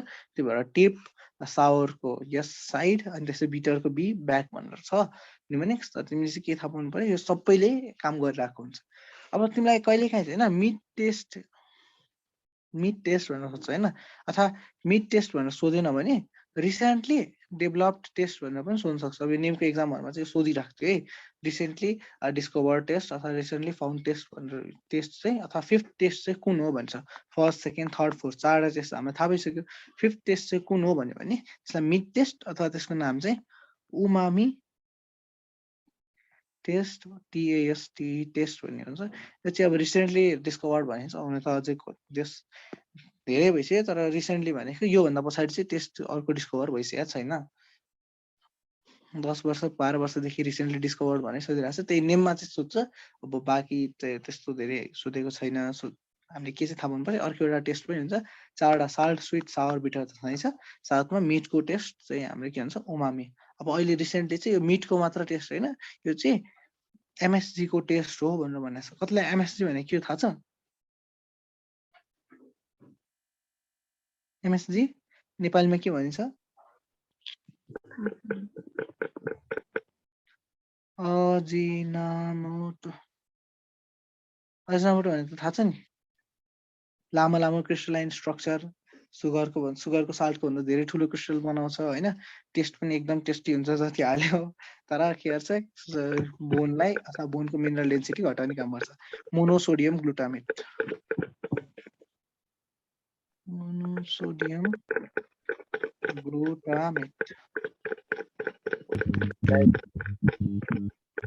म म्युट गरिदिन्छु है, कसलाई हो त्यो? हजुर यो हाम्रो चिउराको तलको भागले किन थाहा पाउँदैन? मैले बुझिनँ के भन्यो? जिउरोको तल्लो भाग हुन्छ नि। ए कस्तो हुन्छ भन्दा म्याक्सिमम तिम्रो जुन अगाडिको हुन्छ नि यो न्युमेरस के भन्छ यो फिलिफर्म प्यापिलेहरू चाहिँ म्याक्सिमम चाहिँ टिप रिजनमा हुन्छ कि। त्यही भएर जेनेरली धेरै टेस्टहरू चाहिँ अगाडिपट्टिको पार्टले टिप पार्टहरूले थाहा पाउने हुन्छ। अब पछाडि पछि जाँदै गर्दाखेरि यो सर्कमभ्यालेट चाहिँ ब्याकमा प्रेजेन्ट हुन्छ। तर यो रिजनमा धेरै प्यापिला चाहिँ हुँदैन, प्यापिला रिलेटिभली लो हुन्छ है। अनि त्यो प्यापिलाले डिटेक्ट गर्ने हो नि त। त्यही भएर जुन ठाउँमा चाहिँ थोरै प्यापिलाहरू छ त्यो ठाउँले चाहिँ रिलेटिभली थाहा पाउँदैन। अब यहाँ हेऱ्यो भने यतिको डिमार्केसन पछि त प्यापिलाहरू लगभग नै छैन। अब यो त टन्सिल्सहरू हो होइन। त्यही भएर यो पछाडिको रिजन पोस्टेरियर पार्ट चाहिँ धेरै थाहा पाउँदैन। मेन एन्टिरियर थाहा पाउँछ due to higher number of papilla present in them. ल ओके 7 बज्यो, एकछिन ब्रेक राखौँ अनि त्यसपछि फेरि डिस्कस गर्नुपर्छ है त।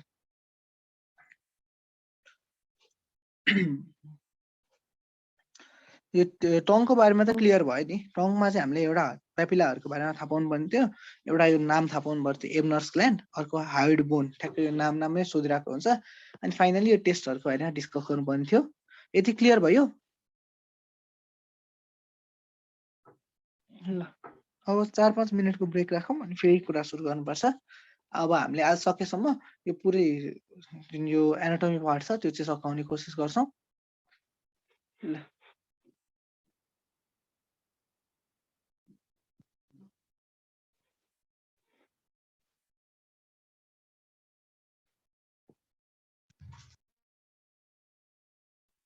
5 मिनटपछि फेरि क्लास हुन्छ है।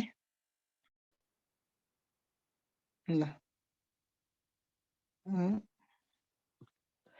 ओके, अब चाहिँ हामी हिस्टोलोजीको बारेमा हेर्नु भयो। हिस्टोलोजी अथवा हामीले टिस्यु स्ट्रक्चर, अब जेनरली फिगरमा देख्दाखेरि यस्तो गोलो गोलो गोलो गोलो गोलो के गरेको जस्तो देखिन सक्छ।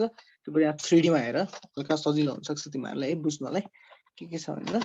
यो लेयरहरुमा हेर्दा चाहिँ टोटल 5 वटा हुन्छ हैन। अब यहाँ हामीले चार्टमा देखाएको छ एउटा के छैन भने ल टोटल हैन आउन सक्ने टिस्यु लेयर कतिवटा छ। यहाँ सिरोसा छ, सबम्युकोसा छ, म्युकोसा छ, मस्कुलाइटिस छ हैन।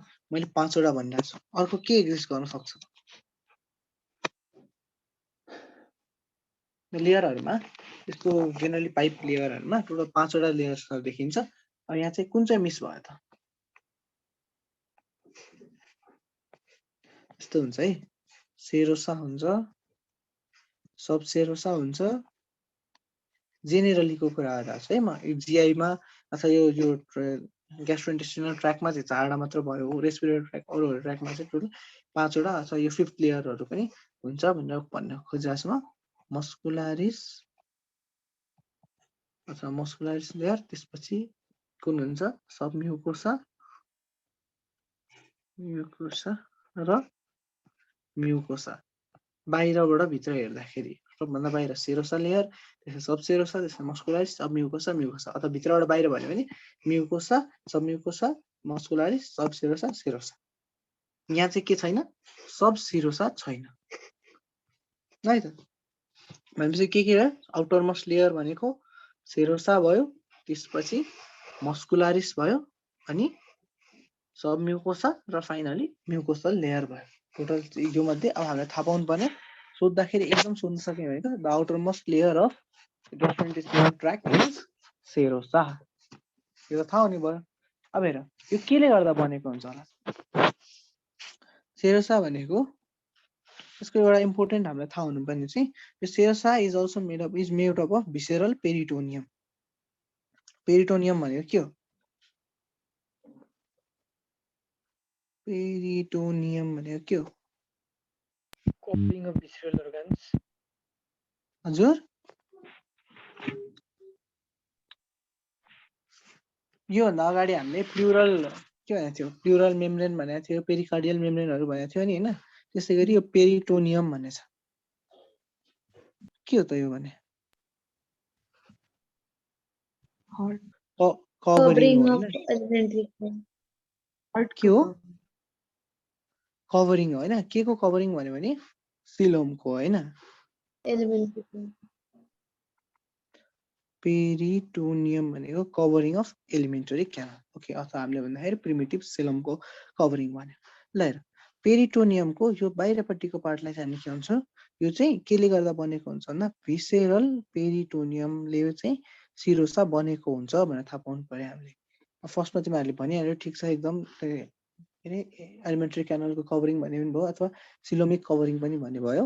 पछि सिलोम नै डेभलप हुने भएको हुनाले ल सेरोसामा के रहेछ एकदम ध्यान दिनु पर्ने कुरा, एउटा यो आउटर मोस्ट लेयर भयो, अर्को चाहिँ यो भिसेरल पेरिटोनियमले बनेको हुने रहेछ। अब त्यसपछि अर्को हेर्यो भने हामीले के छ? सेरोसा लेयर पछि के छ? मस्कुलर लेयर छ हैन। मस्कुलर लेयर अब यसमा त मैले त्यति भन्नु पर्दैन होला। मस्कुलर लेयर चाहिँ के रहेछ? मसल्सले बनेको हुन्छ। अब यसमा कुन मसल्स हुन्छ होला? मस्कुलर लेयर्समा कुन मसल हुन्छ? स्मुथ कि स्ट्रेटेड कि कार्डियक? मसलमा मस्कुलर लेयरमा मसल्स हुन्छ नि, त्यो कुन मसल्सहरु हुन्छ यहाँ हेर त? स्ट्रेटेड हुन्छ। स्ट्रेटेड कसरी भयो यसमा त स्मुथ मसल हुने भयो नि हाम्रो भोलिन्टरी कन्ट्रोल जुन छ नि त्यसमा मात्रै स्ट्रेटेड मसल हुने हो कि जुन ठाउँमा इनभोलिन्टरी कन्ट्रोल हाम्रो कन्ट्रोल हुँदैन त्यो सबै स्मुथ मसल भयो ल अब हेर यहाँ जुन छ मस्कुलरिस लेयरमा र मस्कुलरिस लेयरमा चाहिँ जेनेरली दुईटा खालको लेयर हुन्छ कि एउटा चाहिँ लङ्गिट्युडनल यसरी हेऱ्यो भने एउटा चाहिँ यस्तो लामो खालको मसल्सहरू अनि एउटा चाहिँ सर्कुलर खालको मसल्सहरू यसरी दुईटा खालको मसल्स जेनरली प्रेजेन्ट हुन्छ कतै पनि है यो स्ट्रक्चरहरू मस्कुलर लेयर छ भने एउटा हुन्छ लङ्गिट्युडनल मसल लामो खालको एउटा हुन्छ सर्कुलर टाइप अफ मसल्स अब हेर जेनेरली अब यसको एरेन्जमेन्ट चाहिँ फरक फरक हुन जान्छ ह्युमनको केसमा एउटा हुन्छ हामीले त्यसरी अर्थोमा पनि पढ्नुपर्छ अनि म्याक्सिमम झुकिरहेको हुन्छन् स्टुडेन्ट्सहरू होइन ह्युमनमा के अर्थोमा के भन्ने अहिले चाहिँ तिमीहरूले के थाहा पाउनु पर्यो ह्युमनमा चाहिँ इन ह्युमन अथवा हामीमा चाहिँ के हुन्छ बाहिरपट्टि हुन्छ तिम्रो लङ्गिट्युडनल इन ह्युमन के हुन्छ आउटर चाहिँ लङ्गिट्युडनल आउटर लङ्गिट्युडनल यहाँ पनि देख्न सक्छौ यसरी जुन यो लामो लामो खालको अथवा यहाँ तिमीले कट सेक्सन हेऱ्यौ भने यसरी एउटा एउटा पार्ट खालको देखिन्छ नि हो यो चाहिँ हो लङ्गिट्युडनल मसल हो यसपछि ठ्याक्क अर्को हेर त लाइन एकदम सर्कुलर यो पुरै मसलै यस्तो यस्तो खालको छ होइन दुईटा खालको मसल के एउटा लङ्गिट्युडनल एउटा सर्कुलर खालको मसल प्रेजेन्ट हुन्छ ह्युमनको केसमा चाहिँ के रहेछ आउटर लङ्गिट्युडनल र इनर सर्कुलर अब यसलाई कसरी न्युमोनिक बनाउँछौ कसरी याद गर्छौ त्यो आफै गर्ने अब लेख्दाखेरि चाहिँ आइसिओएल फर ह्युमन लेखिन्छ होइन तर अब यो पनि त्यति राम्रो न्युमोनिक छैन आफूले योभन्दा राम्रो बनायो भने ग्रुपमा पनि सेयर गरिदिने है त के चाहिँ थाहा पाउनु पर्यो ह्युमनको केसमा चाहिँ outer longitudinal inner circular layer हुँदो रहेछ मसलको अब अर्थोमा पनि त्यस्तै हुन्छ कि अर्थोमको बडी पर चाहिँ मस्कुलर हुन्छ अनि अर्थोमा चाहिँ ठ्याक्क अपोजिट हुन्छ ह्युमनभन्दा अर्थोमा चाहिँ outer circular inner longitudinal muscle हुन्छ है अब यो एउटा एक्स्ट्रा पोइन्ट जुन म्याक्सिमम विद्यार्थीहरू अर्थोमको चाहिँ अब डिटेलमा पढाइ हुन्छ नि किन हो अर्थोमकै सम्झेर ह्युमनमा बिगारिरहेको हुन्छ नि क्या त्यही भएर मैले सँगै लेखिदिएको मस्कुलर लेयरमा दुईटा टाइपको मसल्स एउटा सर्कुलर अर्को लङ्गिट्युडनल सर्कुलर मसल कतापट्टि हुने भयो इनर लेयर अथवा इनर लेयर अफ मसल चाहिँ सर्कुलर हुने भयो आउटर लेयर भन्यो भने त्यो चाहिँ लङ्गिट्युडनल मसल हुने भयो त्यो अर्थोमा चाहिँ ठ्याक्क अपोजिट छ त्यो पनि सँगै याद गर्यो भने राम्रो ल अब यो होइन पुरै मसलहरू हामीले के भनिरहेको छौँ स्मुथ मसल हो भनिरहेको छौँ भनेपछि कसले कन्ट्रोल गर्नुपर्ने छ यसलाई केले कुन नर्भस सिस्टमले कन्ट्रोल गर्छ नर्भस सिस्टम अटोनोमिक सिस्टमले होइन अटोनोमिक सिस्टमले यसलाई कसरी कन्ट्रोल गर्छ त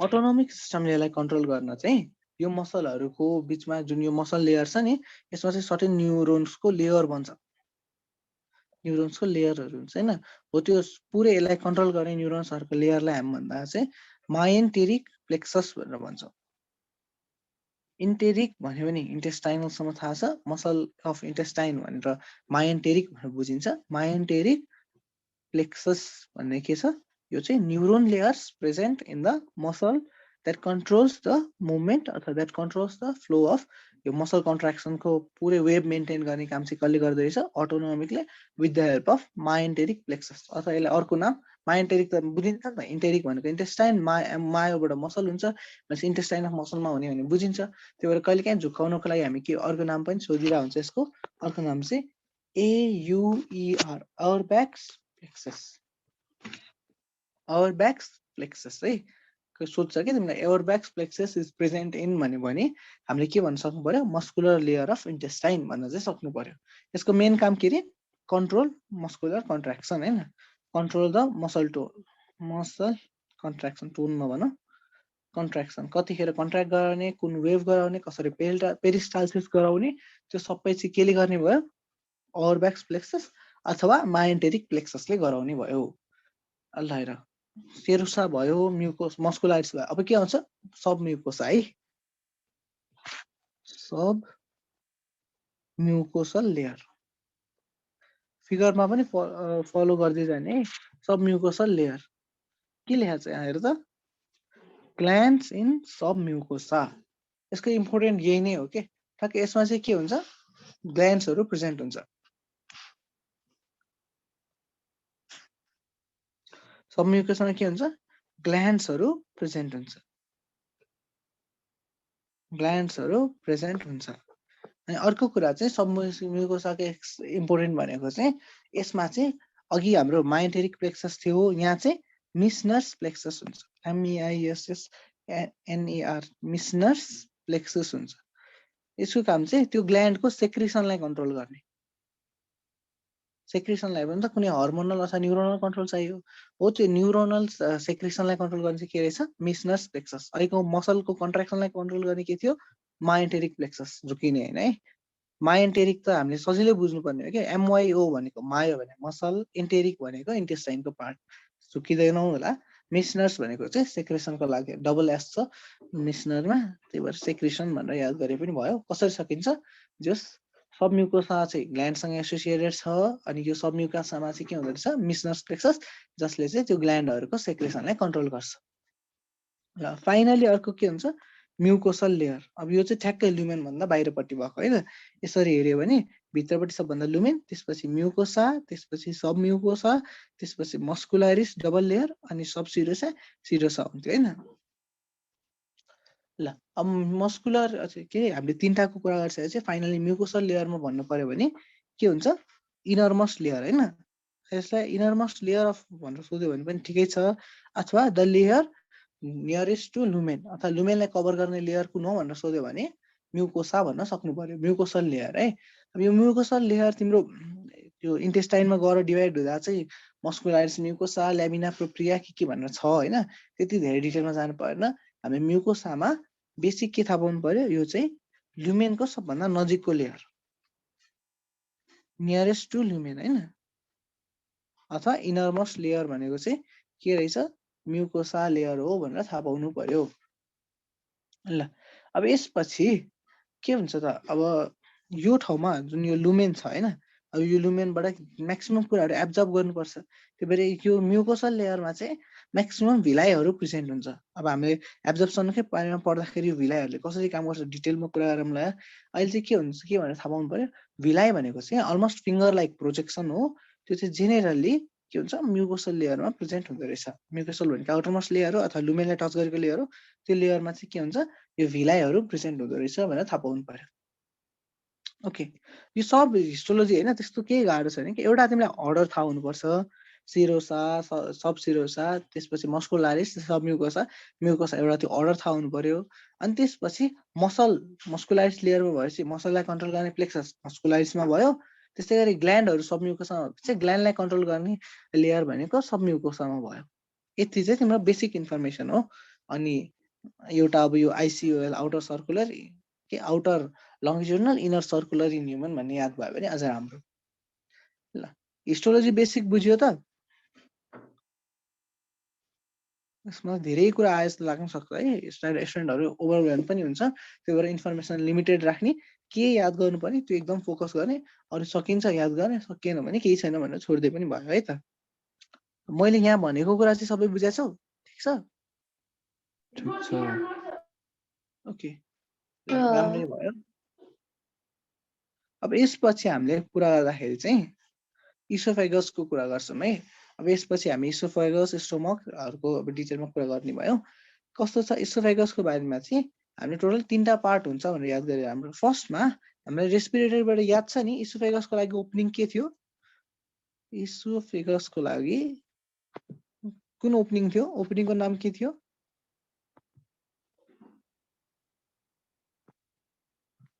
गलेट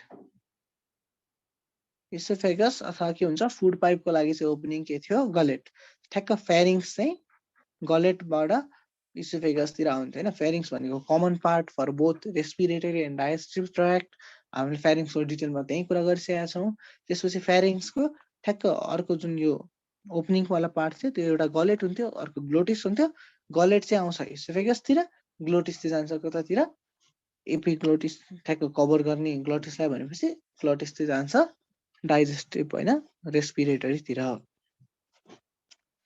हाम्रो के छ फर्स्टमा the opening leading to oesophagus भन्यो भने के भन्नु पर्यो गलेट भनेर भन्नु पर्यो ल अब यसपछि इसोफेगसको चाहिँ तिमीलाई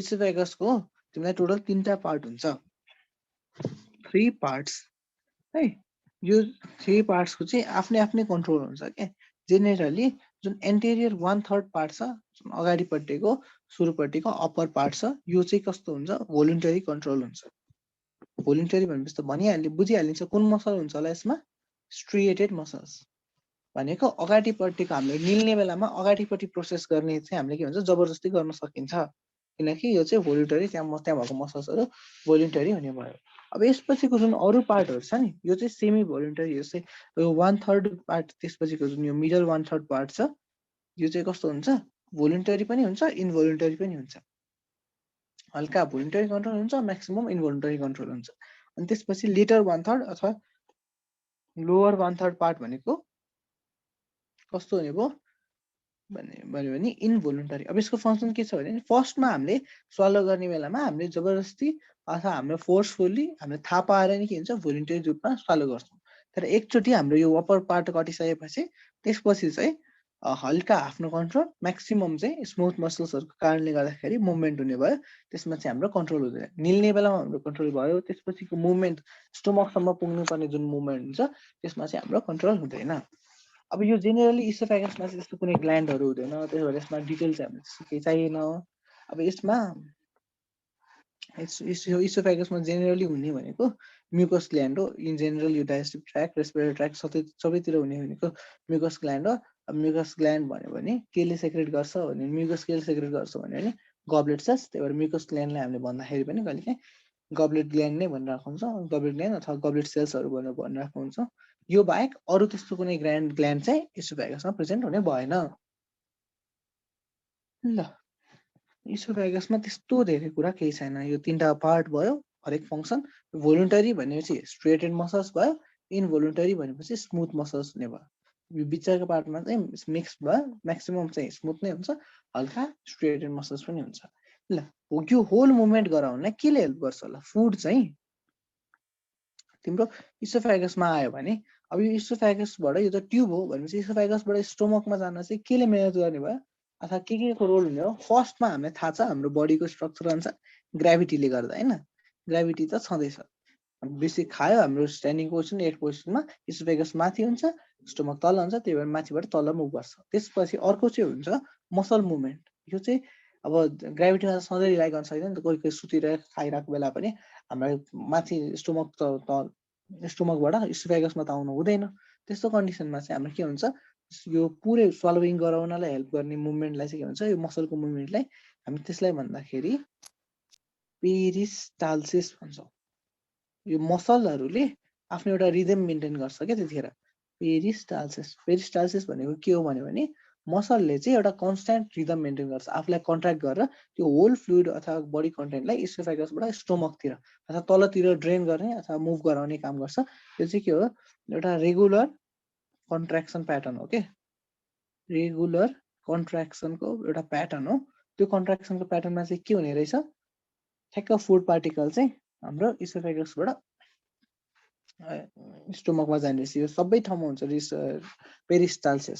पेरिस्टाल्सिसमा चाहिँ हाम्रो एलिमेन्टरी क्यानलको डाउन द लाइन मुभ गर्ने भयो अब कहिलेकाहीँ के हुनसक्छ भमिटिङ हुने बेला यतातिर के हुन्छ रिभर्स वेमा पनि मुभ गर्छ रिभर्स फ्लो पनि हुन्छ त्यतिखेर कन्डिसनलाई हामीले के भन्छौँ रिभर्स पेरिस्टाल्सिस एकदम सजिलो छ है कुनै बेला पेरिस्टाल्सिस नभएर फुड बाथी आयो भने जस्तै भोमिट हुने बेलामा के हुन्छ स्टोमकमा भएको कन्टेन्टहरू हाम्रो निस्केर आउने भयो होइन त्यतिखेर के हुने भयो यो फोर्सफुल हो नि त त्यसमा पेरिस्टाल्सिसले पनि सपोर्ट के गर्छ फुडलाई अझ बाहिर नै प्रोपेल गर्न खोज्छ त्यो कन्डिसनमा हामीलाई के भन्छ त्यसलाई रिभर्स पेरिस्टाल्टिक मुभमेन्ट पेरिस्टाल्सिस भनेको जेनेरली चाहिँ एलिमेन्टरी क्यानलको तलतिर जाने पार्ट तलतिर गराउने एउटा मसलको एउटा फिक्स टाइप अफ कन्ट्र्याक्सन भयो जेनरली ग्राभिटीले हेल्प गर्छ त्यो ग्राभिटी हेल्प नगरेको बेला पनि मसल कन्ट्र्याक्सनले के गर्नु फुडलाई इसोफेगसबाट स्टोमकमा पुर्याउने भयो हो यो जुन पेरिस्टाल्टिक मुभमेन्टले गर्दा हुन्छ फुडलाई पुर्याउने प्रोसेसलाई चाहिँ हामी के भन्छ स्वालोइङ हैन निल्ने प्रोसेसलाई हामी स्वालोइङ भन्छ तर यति कमन त हामीले सोध्दैन कहिलेकाहीँ स्वालोइङलाई चाहिँ अर्को नाम के हो स्वालोइङको अर्को नाम के हो सोधिन्छ क्या स्वालोइङ इज अल्सो कल्ड भन्नुभन्दा नि the process of intake of food from oesophagus to the stomach is called भनेर सोध्यो भने हामीलाई स्वालोइङको अर्को नाम के थाहा हुनुपर्छ DEGLUT DITATIO डिग्लुटेसन हैन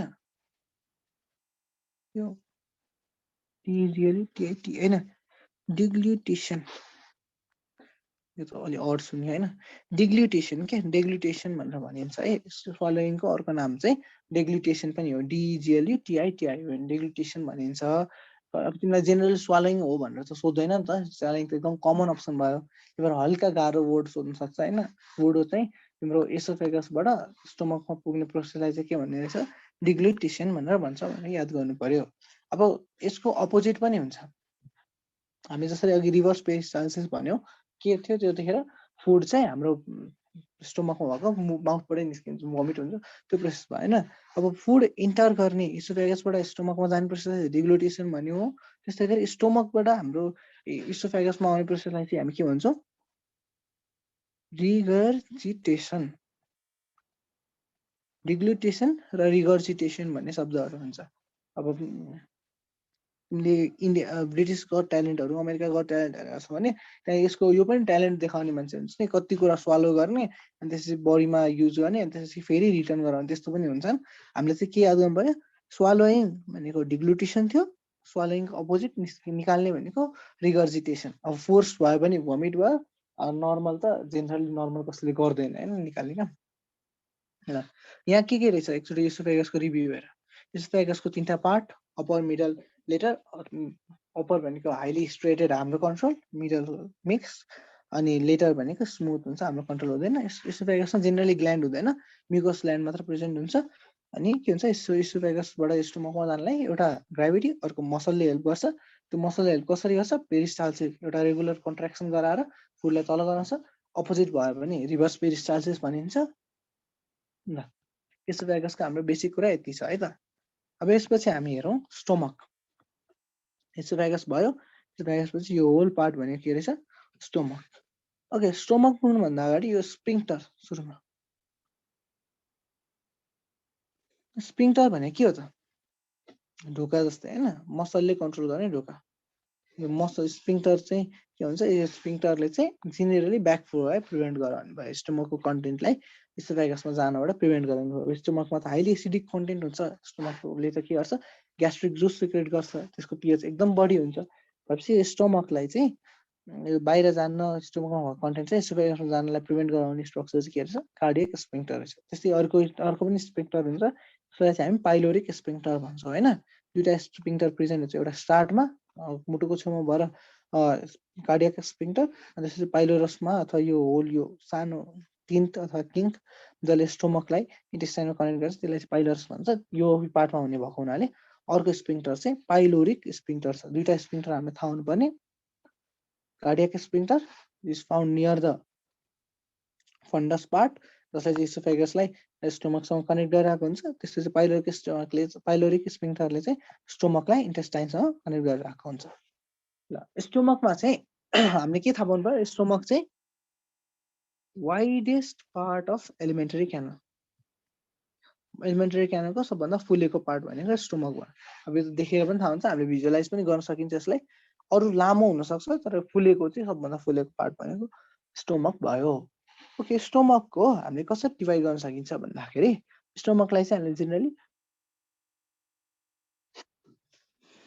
जेनरली तीनटा पार्टमा हामीले डिभाइड गर्न सक्छौँ यहाँ हेर राम्ररी फिगरमा फर्स्टमा फन्डस त्यसपछि बडी पार्ट हुन्छ अनि फाइनली पाइलोरस यो तीनटा पार्ट हुन्छ फन्डस बडी र पाइलोरस अथवा यसलाई भन्दाखेरि फन्डिक स्टोमक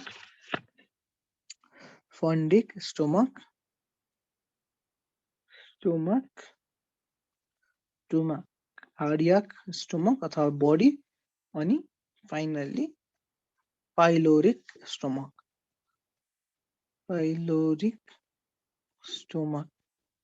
फन्डस यो फिगरमा हेर्दाखेरि फन्डस बडी र पाइलोरस भनेर हुन्छ अब हेर यहाँ चाहिँ कस्तो छ तिम्रो भन्दाखेरि यो जुन पार्ट छ नि यो माथिपट्टि उठेको पार्ट अझ बढी उठेको हुन्छ मान्छेहरुमा हैन यो उठेको पार्टलाई चाहिँ हामीले के भन्ने हो फन्डस भन्ने हो हैन यो पार्टमा चाहिँ जेनेरली के हुन्छ एसिडहरु ग्यासहरु प्रेजेन्ट हुन्छ यो चाहिँ के हुन्छ ग्यासियस एक्सचेन्जको पार्ट हो हैन ग्यासियस स्टोरेजको पार्ट हो, ग्यासियस पार्ट हो है। फन्डस पार्ट भनेको चाहिँ ग्यासियस पार्ट भयो। एउटा एउटा वर्ड याद गर्नु पर्दाखेरि फन्डस पार्ट भनेको चाहिँ ग्यासियस पार्ट भयो।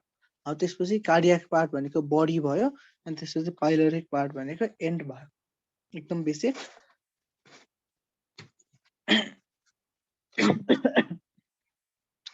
यहाँ हेर, अब यो होल बडीमा तिमीले अलिकति जुम गर फिगरलाई, यस्तो यस्तो फोल्डहरू भयो जस्तो देखिरहेछ नि होइन, यो फोल्ड भइरहेको जस्तो देखिएको छ।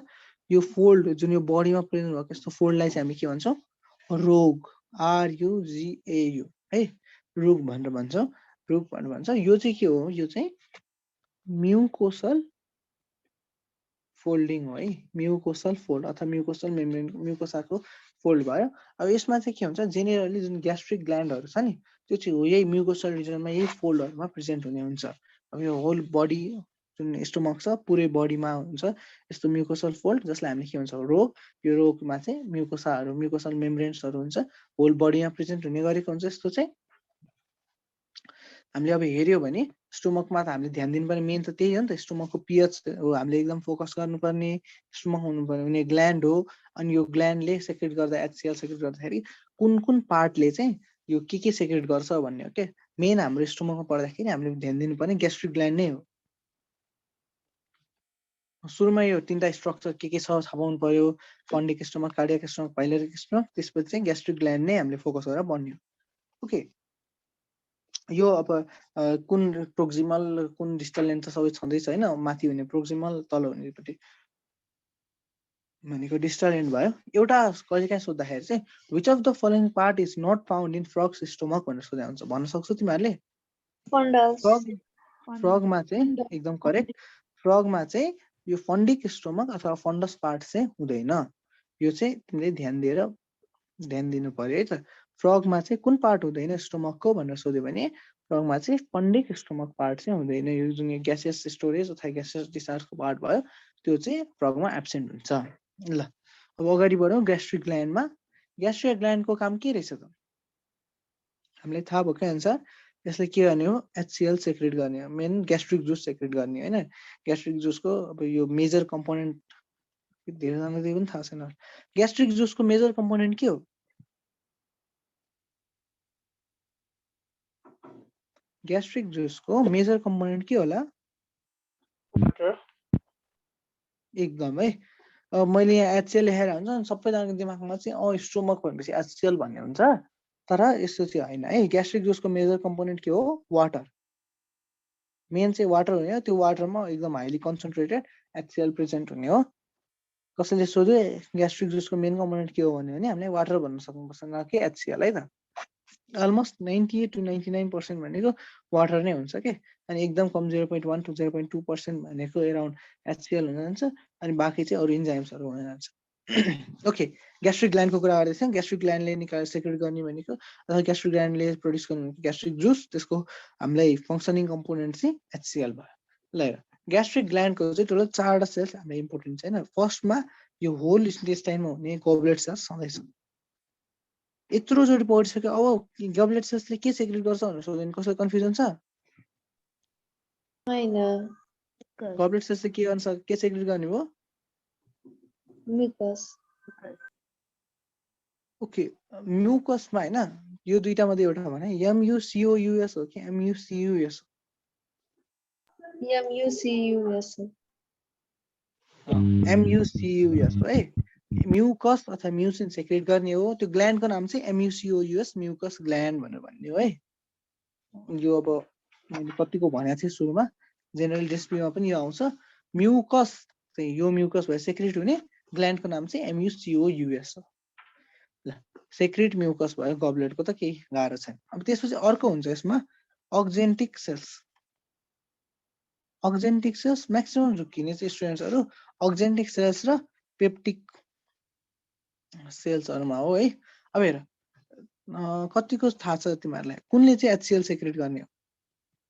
एउटाले HCl सेक्रेट गर्छ, एउटाले इन्जाइम सेक्रेट गर्छ।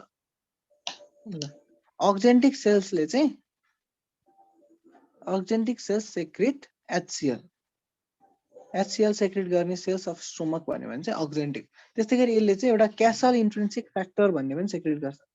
Castle intrinsic factor. यो चाहिँ जस्तै भिटामिन B12 हाम्रो बडीमा त्यतिकै एब्जर्ब हुँदैन के विदाउट द प्रेजेन्स अफ यो क्यासल इन्ट्रिन्सिक फ्याक्टर त्यो भिटामिन B12 अथवा साइनोकोबालामाइन चाहिँ अथवा भिटामिन B12 चाहिँ एब्जर्ब हुँदैन। यो भिटामिन B12 एब्जर्ब गर्नलाई इम्पोर्टेन्ट प्रोटिन भनेको के हो क्यासल इन्ट्रिन्सिक फ्याक्टर हो त्यो चाहिँ कसले सेक्रेट गर्दो रहेछ oxyntic cells along with HCl। First globular cells थियो सेकेन्ड अक्जेन्टिक सेलले के सेक्रेट गर्यो HCl र क्यासल इन्ट्रिन्सिक फ्याक्टर। अब थर्ड भनेको पेप्टिक सेलले चाहिँ के सेक्रेट गर्छ प्रोइन्जाइम सेक्रेट गर्छ। प्रोइन्जाइम भनेको कस्तो भन्दा यो इन्जाइम होइन यसले डाइरेक्टली काम गर्दैन तर यो चाहिँ हल्का कन्भर्ट भइसकेपछि त्यसले काम गर्न थाल्छ। जस्तै यो प्रोइन्जाइमको एक्जाम्पल चाहिँ के हुन सक्छ प्रोरेनिन RENNIN प्रोरेनिन एउटा अनि अर्को पेप्सिनोजेन प्रोरेनिन र पेप्सिनोजेन यो दुईटै प्रोरेनिन र पेप्सिनोजेन HCl को कन्ट्याक्टमा आयो भने चाहिँ रेस्पेक्टिभ इन्जाइम बनिहाल्छ है रेनिन प्लस पेप्सिन बनिहाल्छ। अब रेनिनको काम पनि थाहा छ हामीलाई पेप्सिनको काम पनि थाहा छ हैन थाहा छैन भने पनि हामी फिजियोलोजीमा डिटेलमा पढिहाल्छ। के चाहिँ थाहा पाउनु पर्यो दुईटा पेप्टिक सेल्सले चाहिँ दुईटा प्रोइन्जाइम मतलब इन्जाइम भइसकेको छैन हल्का एक्टिभेट हुन बाँकी छ त्यो सेक्रेट गर्ने रहेछ। ल भाइ बहिनीहरु धेरैजना झोकेन चाहिँ RENNIN र RENIN मा मैले एकचोटि पुराउँदाखेरि यो भनेको छु होला RENNIN चाहिँ के हो डाइजेस्टिभ इन्जाइम हो प्रोटिन डाइजेसनको लागि। RENIN भनेको चाहिँ के थियो किडनी ग्लोमेरुलर सेल्सले in response to blood pressure secrete गरेको थियो है। यो चाहिँ स्टोमकले सेक्रेट गर्ने इन्जाइम भयो यो रेनिन भनेको चाहिँ किडनीले सेक्रेट गरेको थियो। ओके ल यो तीनटा सेल्सलाई थाहा भइहाल्यो है। अब त्यसपछि फोर्थ टाइप अफ सेल हुन्छ अर्को चाहिँ हाम्रो के कस्तो सालको सेल हुन्छ इन्टेरो इन्डोक्राइन सेल्स। अब यसको बारेमा धेरैजनाले सुनेको हुँदैन र यहाँ हामीले हल्का चाहिँ थाहा पाउनुपर्छ इन्टेरो इन्डोक्राइन सेल्स अथवा हामीले यसलाई अर्को नाम दिँदाखेरि अर्जेन्टाफ्रिन सेल्स भन्दा हुन्छ। क्वेसनमा कहिले काहीँ सोध्छ होइन त्यति धेरै सोधेको त छैन इन्डियन क्वेसन हो होइन इन्डियन पास क्वेसन चाहिँ हो अर्जेन्टाफ्रिन सेल्स भनेर भन्छौँ होइन। अर्जेन्टाफ्रिन सेल्स भनेको चाहिँ यो पनि अर्को फोर्थ टाइप्स अफ सेल हो जुन स्टोमकमा प्रेजेन्ट हुन्छ। तीनटा त थाहा छ गोब्लेट अक्जेन्टिक पेप्टिक त्यसमा अक्जेन्टिक र पेप्टिक मेन भयो तर यो फोर्थ भनेको सपोर्टिङ टाइप अफ सेल्स हो। यसले चाहिँ एक सेकेन्ड है एकछिन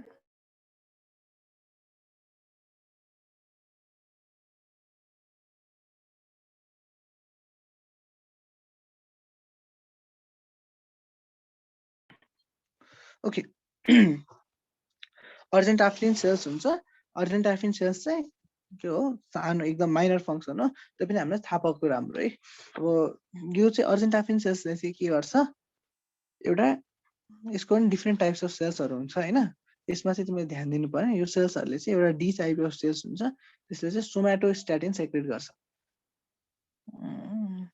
यो इन्जाइम पढ्दा चाहिँ धेरैजनाले कहाँ पुग्नु पर्यो जस्तो लाग्छ है म रिलेट सकेसम्म गराउन खोज्छु कतिको सक्छु है। जस्तै तिमीले सोमाटोट्रोफिन सुनेको थियौ सोमाटोट्रोफिन भनेर सुनेको थियौ पढ्यो भने है इन्डोक्राइन के थियो यसको फङ्सन के थियो ग्रोथ हर्मोनको कि ग्रोथ सोमाटोट्रोफिन भनेकै ग्रोथ हर्मोन भयो हैन अनि सोमाटोट्रोफिन रिलिजिङ फ्याक्टर हुन्थ्यो जुन हाइपोथालमसले जस सोमाटोट्रोफिन भनेको ग्रोथ हर्मोन थियो हैन। अब यहाँ सोमाटोस्ट्याटिन छ भने यसको फङ्सन के होला त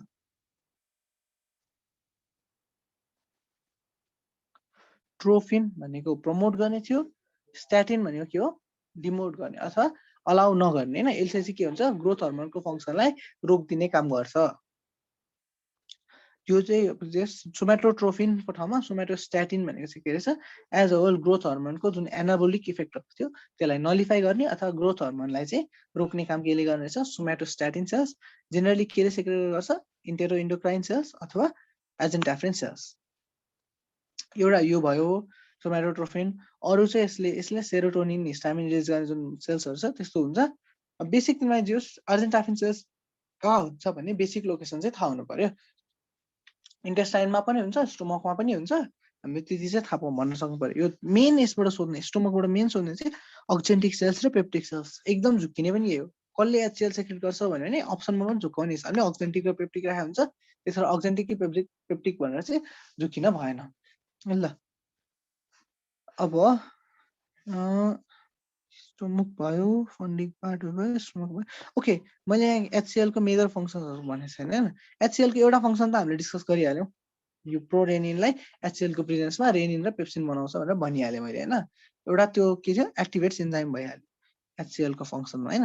अर्को के फङ्सन छ त HCl?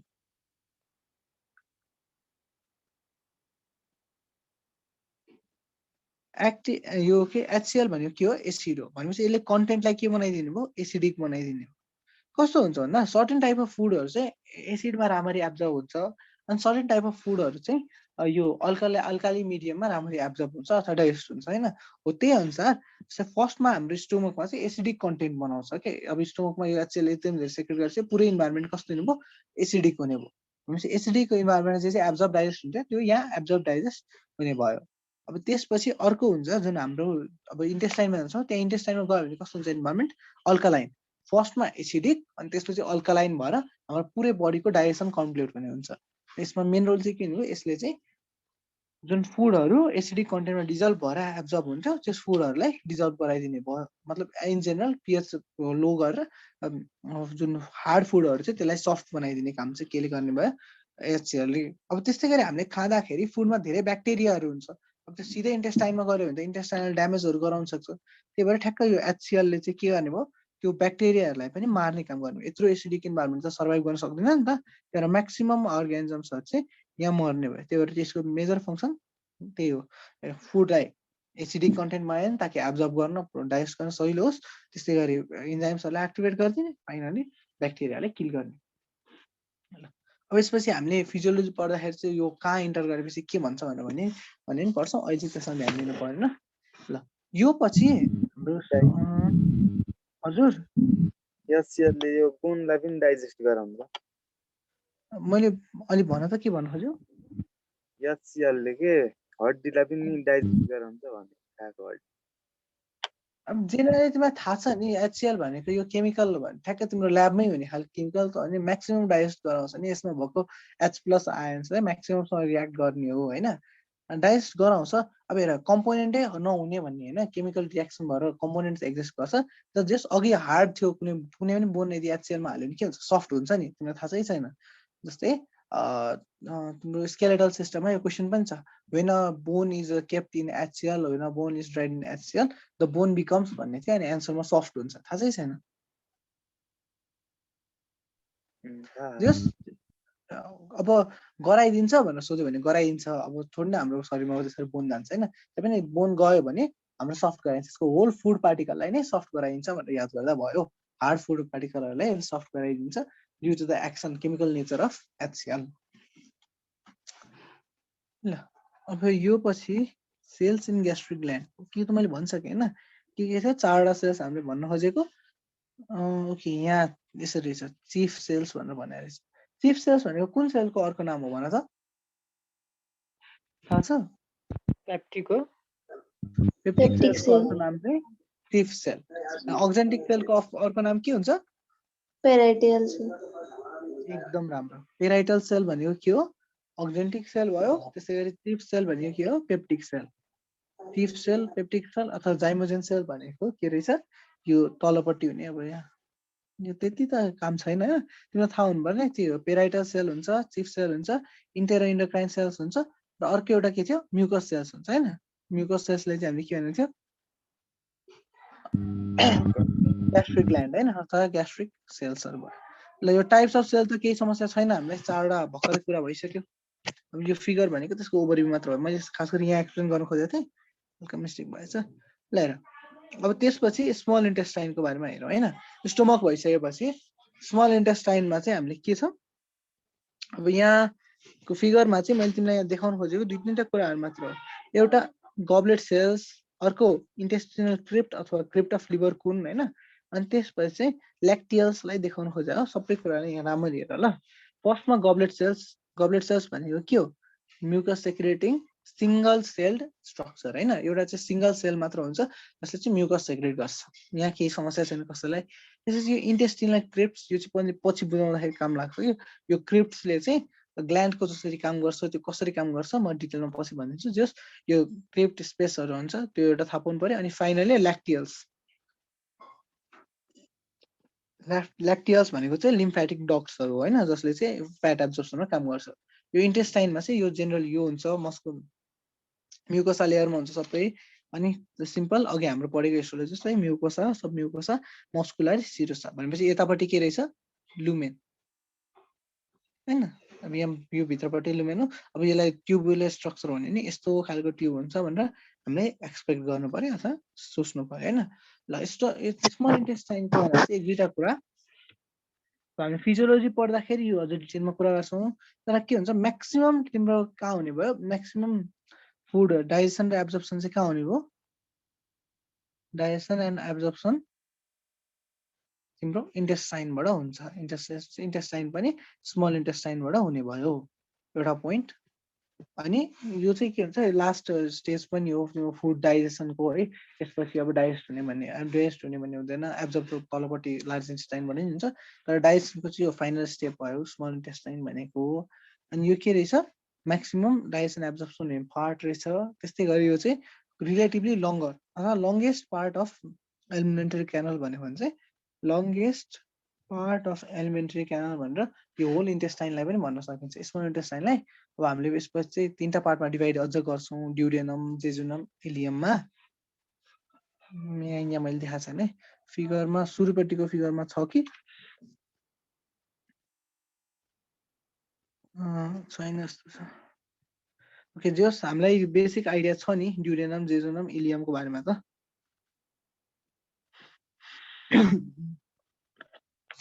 इन्टेस्टाइनको चाहिँ यो बेसिक अब लार्ज इन्टेस्टाइन मात्र भएको रहेछ। इन्टेस्टाइन चाहिँ लार्जेस्ट पार्ट हो हाम्रो।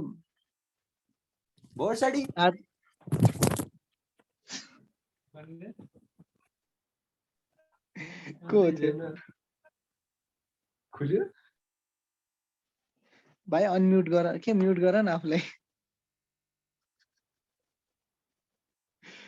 इन्टरटेनमेन्ट गराइराख्छन्। ल कसको आवाज थियो मजाले रेकर्ड भएको छैन, अरूहरूले पनि सुन्छन्। अबको लागि चाहिँ सबलाई मैले म्युट गरिदिएछु है।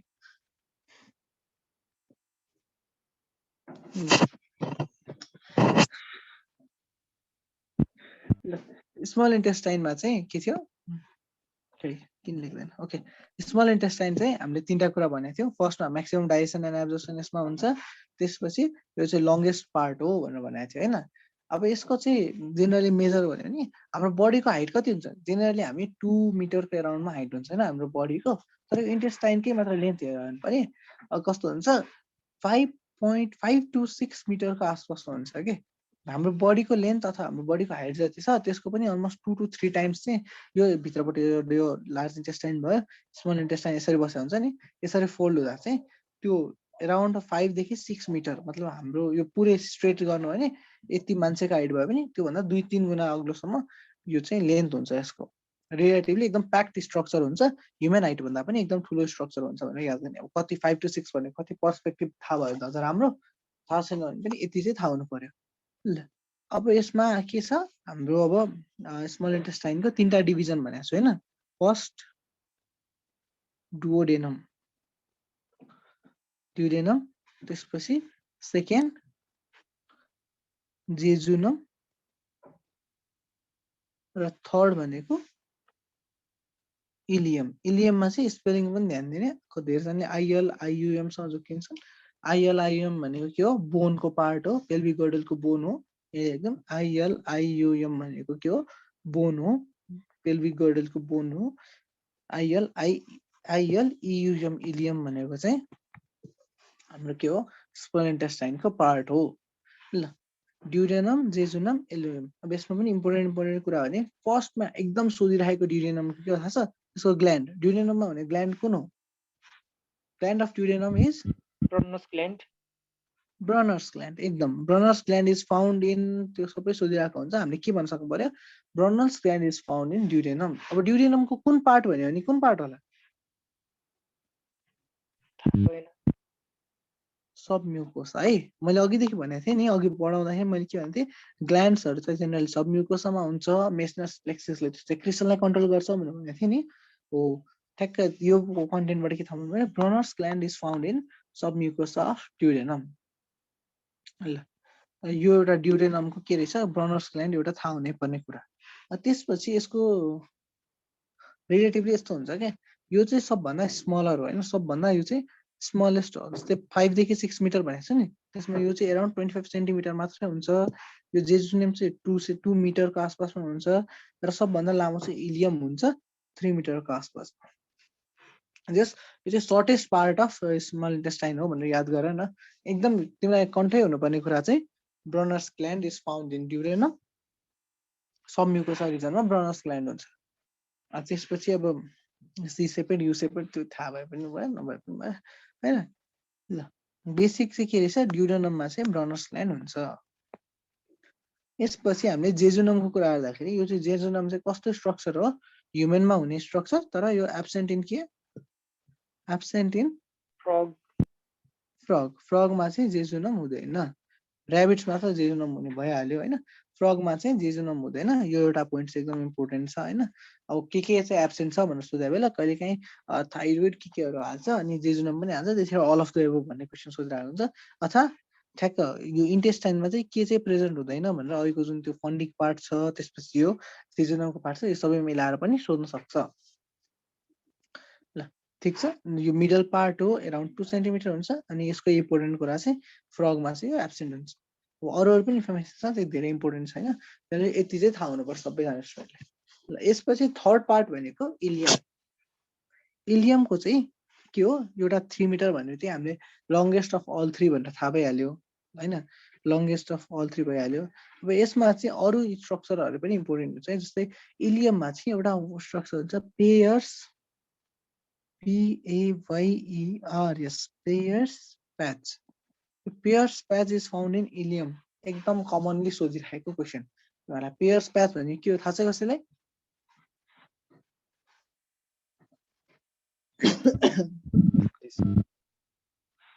ओके ठिक छ थाहा छैन भने जस्तो लाग्यो पेयर्स प्याच भनेको चाहिँ लिम्फोइड अर्ग्यान भयो होइन अघि हामीले जसरी भनेको थियो नि लिम्फ नोड्युल्स यो पनि त्यही लिम्फ नोड्युल्सकै एक्जाजरेसन भयो लिम्फोइड नोड्युल्सहरू भयो यसको फङ्सन के हुने रहेछ भनेपछि जेनेरली एन्टिब्याक्टेरिया अथवा जुन हुन्छ ब्याक्टेरियाहरूलाई चाहिँ किल गर्ने जुन लिम्फको फङ्सन थियो त्यही फङ्सन भयो पेयर्स प्याचको होइन लिम्फोइड नेचर भयो यसमा धेरै लिम्फोसाइट्सहरू प्रेजेन्ट हुन्छ त्यसले चाहिँ हाम्रो बडीलाई डिफेन्समा हेल्प गर्ने भयो इम्युनोलोजिकल रेस्पोन्स प्रोभाइड गर्ने भयो त्यही भएर कुनै कुनै डिजिजहरूमा चाहिँ पेयर्स प्याचको इन्फ्लामेसन पनि हुन्छ जस्तै जस्तै टाइफोइड भयो भने नि टाइफोइड तिमीले डिजिज पढाइ भयो ह्युमन हेल्थ एन्ड डिजिज पढाइ भयो छैन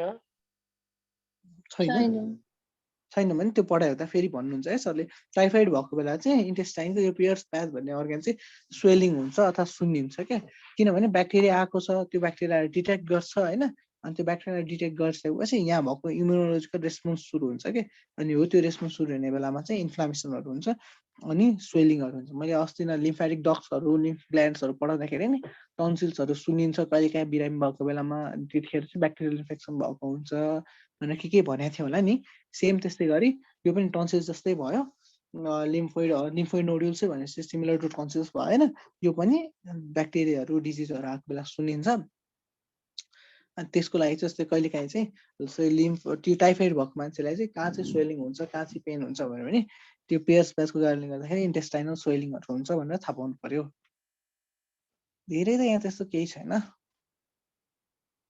मेन यो शब्दहरू हुन्छ कि ठ्याक्क यो इलियममा के छ त्यसपछि यो ड्युडेनममा के छ यस्तो यस्तो कुराहरू चाहिँ सोधिरहेको पनि छ पहिलेदेखि त्यो त्यही अनुसार आफूलाई प्रिपेयर गर्ने कि अरू थाहा भए पनि नभए पनि यो वर्ड चाहिँ मलाई थाहा हुनैपर्छ भन्ने हिसाबले ल एउटा यो पेयर्स प्याच छ होइन यो ह्युमनमा हुने कुरा भयो अर्को चाहिँ ठ्याक्कै यो ऱ्याबिटमा मात्र हुने चाहिँ धेरै पछि पढाएर होला मलाई पनि पढाउनु कस्तो जस्तो लागिरहेको ऱ्याबिटमा मात्र हुने चाहिँ अर्को हुन्छ स्याक्युलस रोटन्डस भन्ने पार्ट हुन्छ होइन यो चाहिँ तिम्रो ठ्याक्कै स्पेरिकल स्याक हो यो चाहिँ ऱ्याबिटमा मात्र हुने स्ट्रक्चर आज चाहिँ अब 8 बजिसकेको छ होइन। आज चाहिँ ब्रेक गरौँ, लार्ज इन्टेस्टाइन अनि त्यसपछि डाइजेस्टिभ ग्ल्यान्डहरू लिभर प्यानक्रियासको बारेमा पढाउनु भने चाहिँ यो म नेक्स्ट क्लासमा सकाइदिन्छु है त। अब हामीले 4 सोच्यो लगभग 5 लेक्चर लाग्छ कि जस्ट 2टा त आज भइहाल्यो। अब त्यसपछिको 3 आवर्समा म डाइजेस्टिभ सिस्टम सकाइदिन्छु। बेसिक तिमीले याद गर्ने हाम्रो स्मल इन्टेस्टाइनसम्म पढाइ भएको छ, अर्को पालिदेखि लार्ज इन्टेस्टाइनबाट सुरु गर्छौँ है।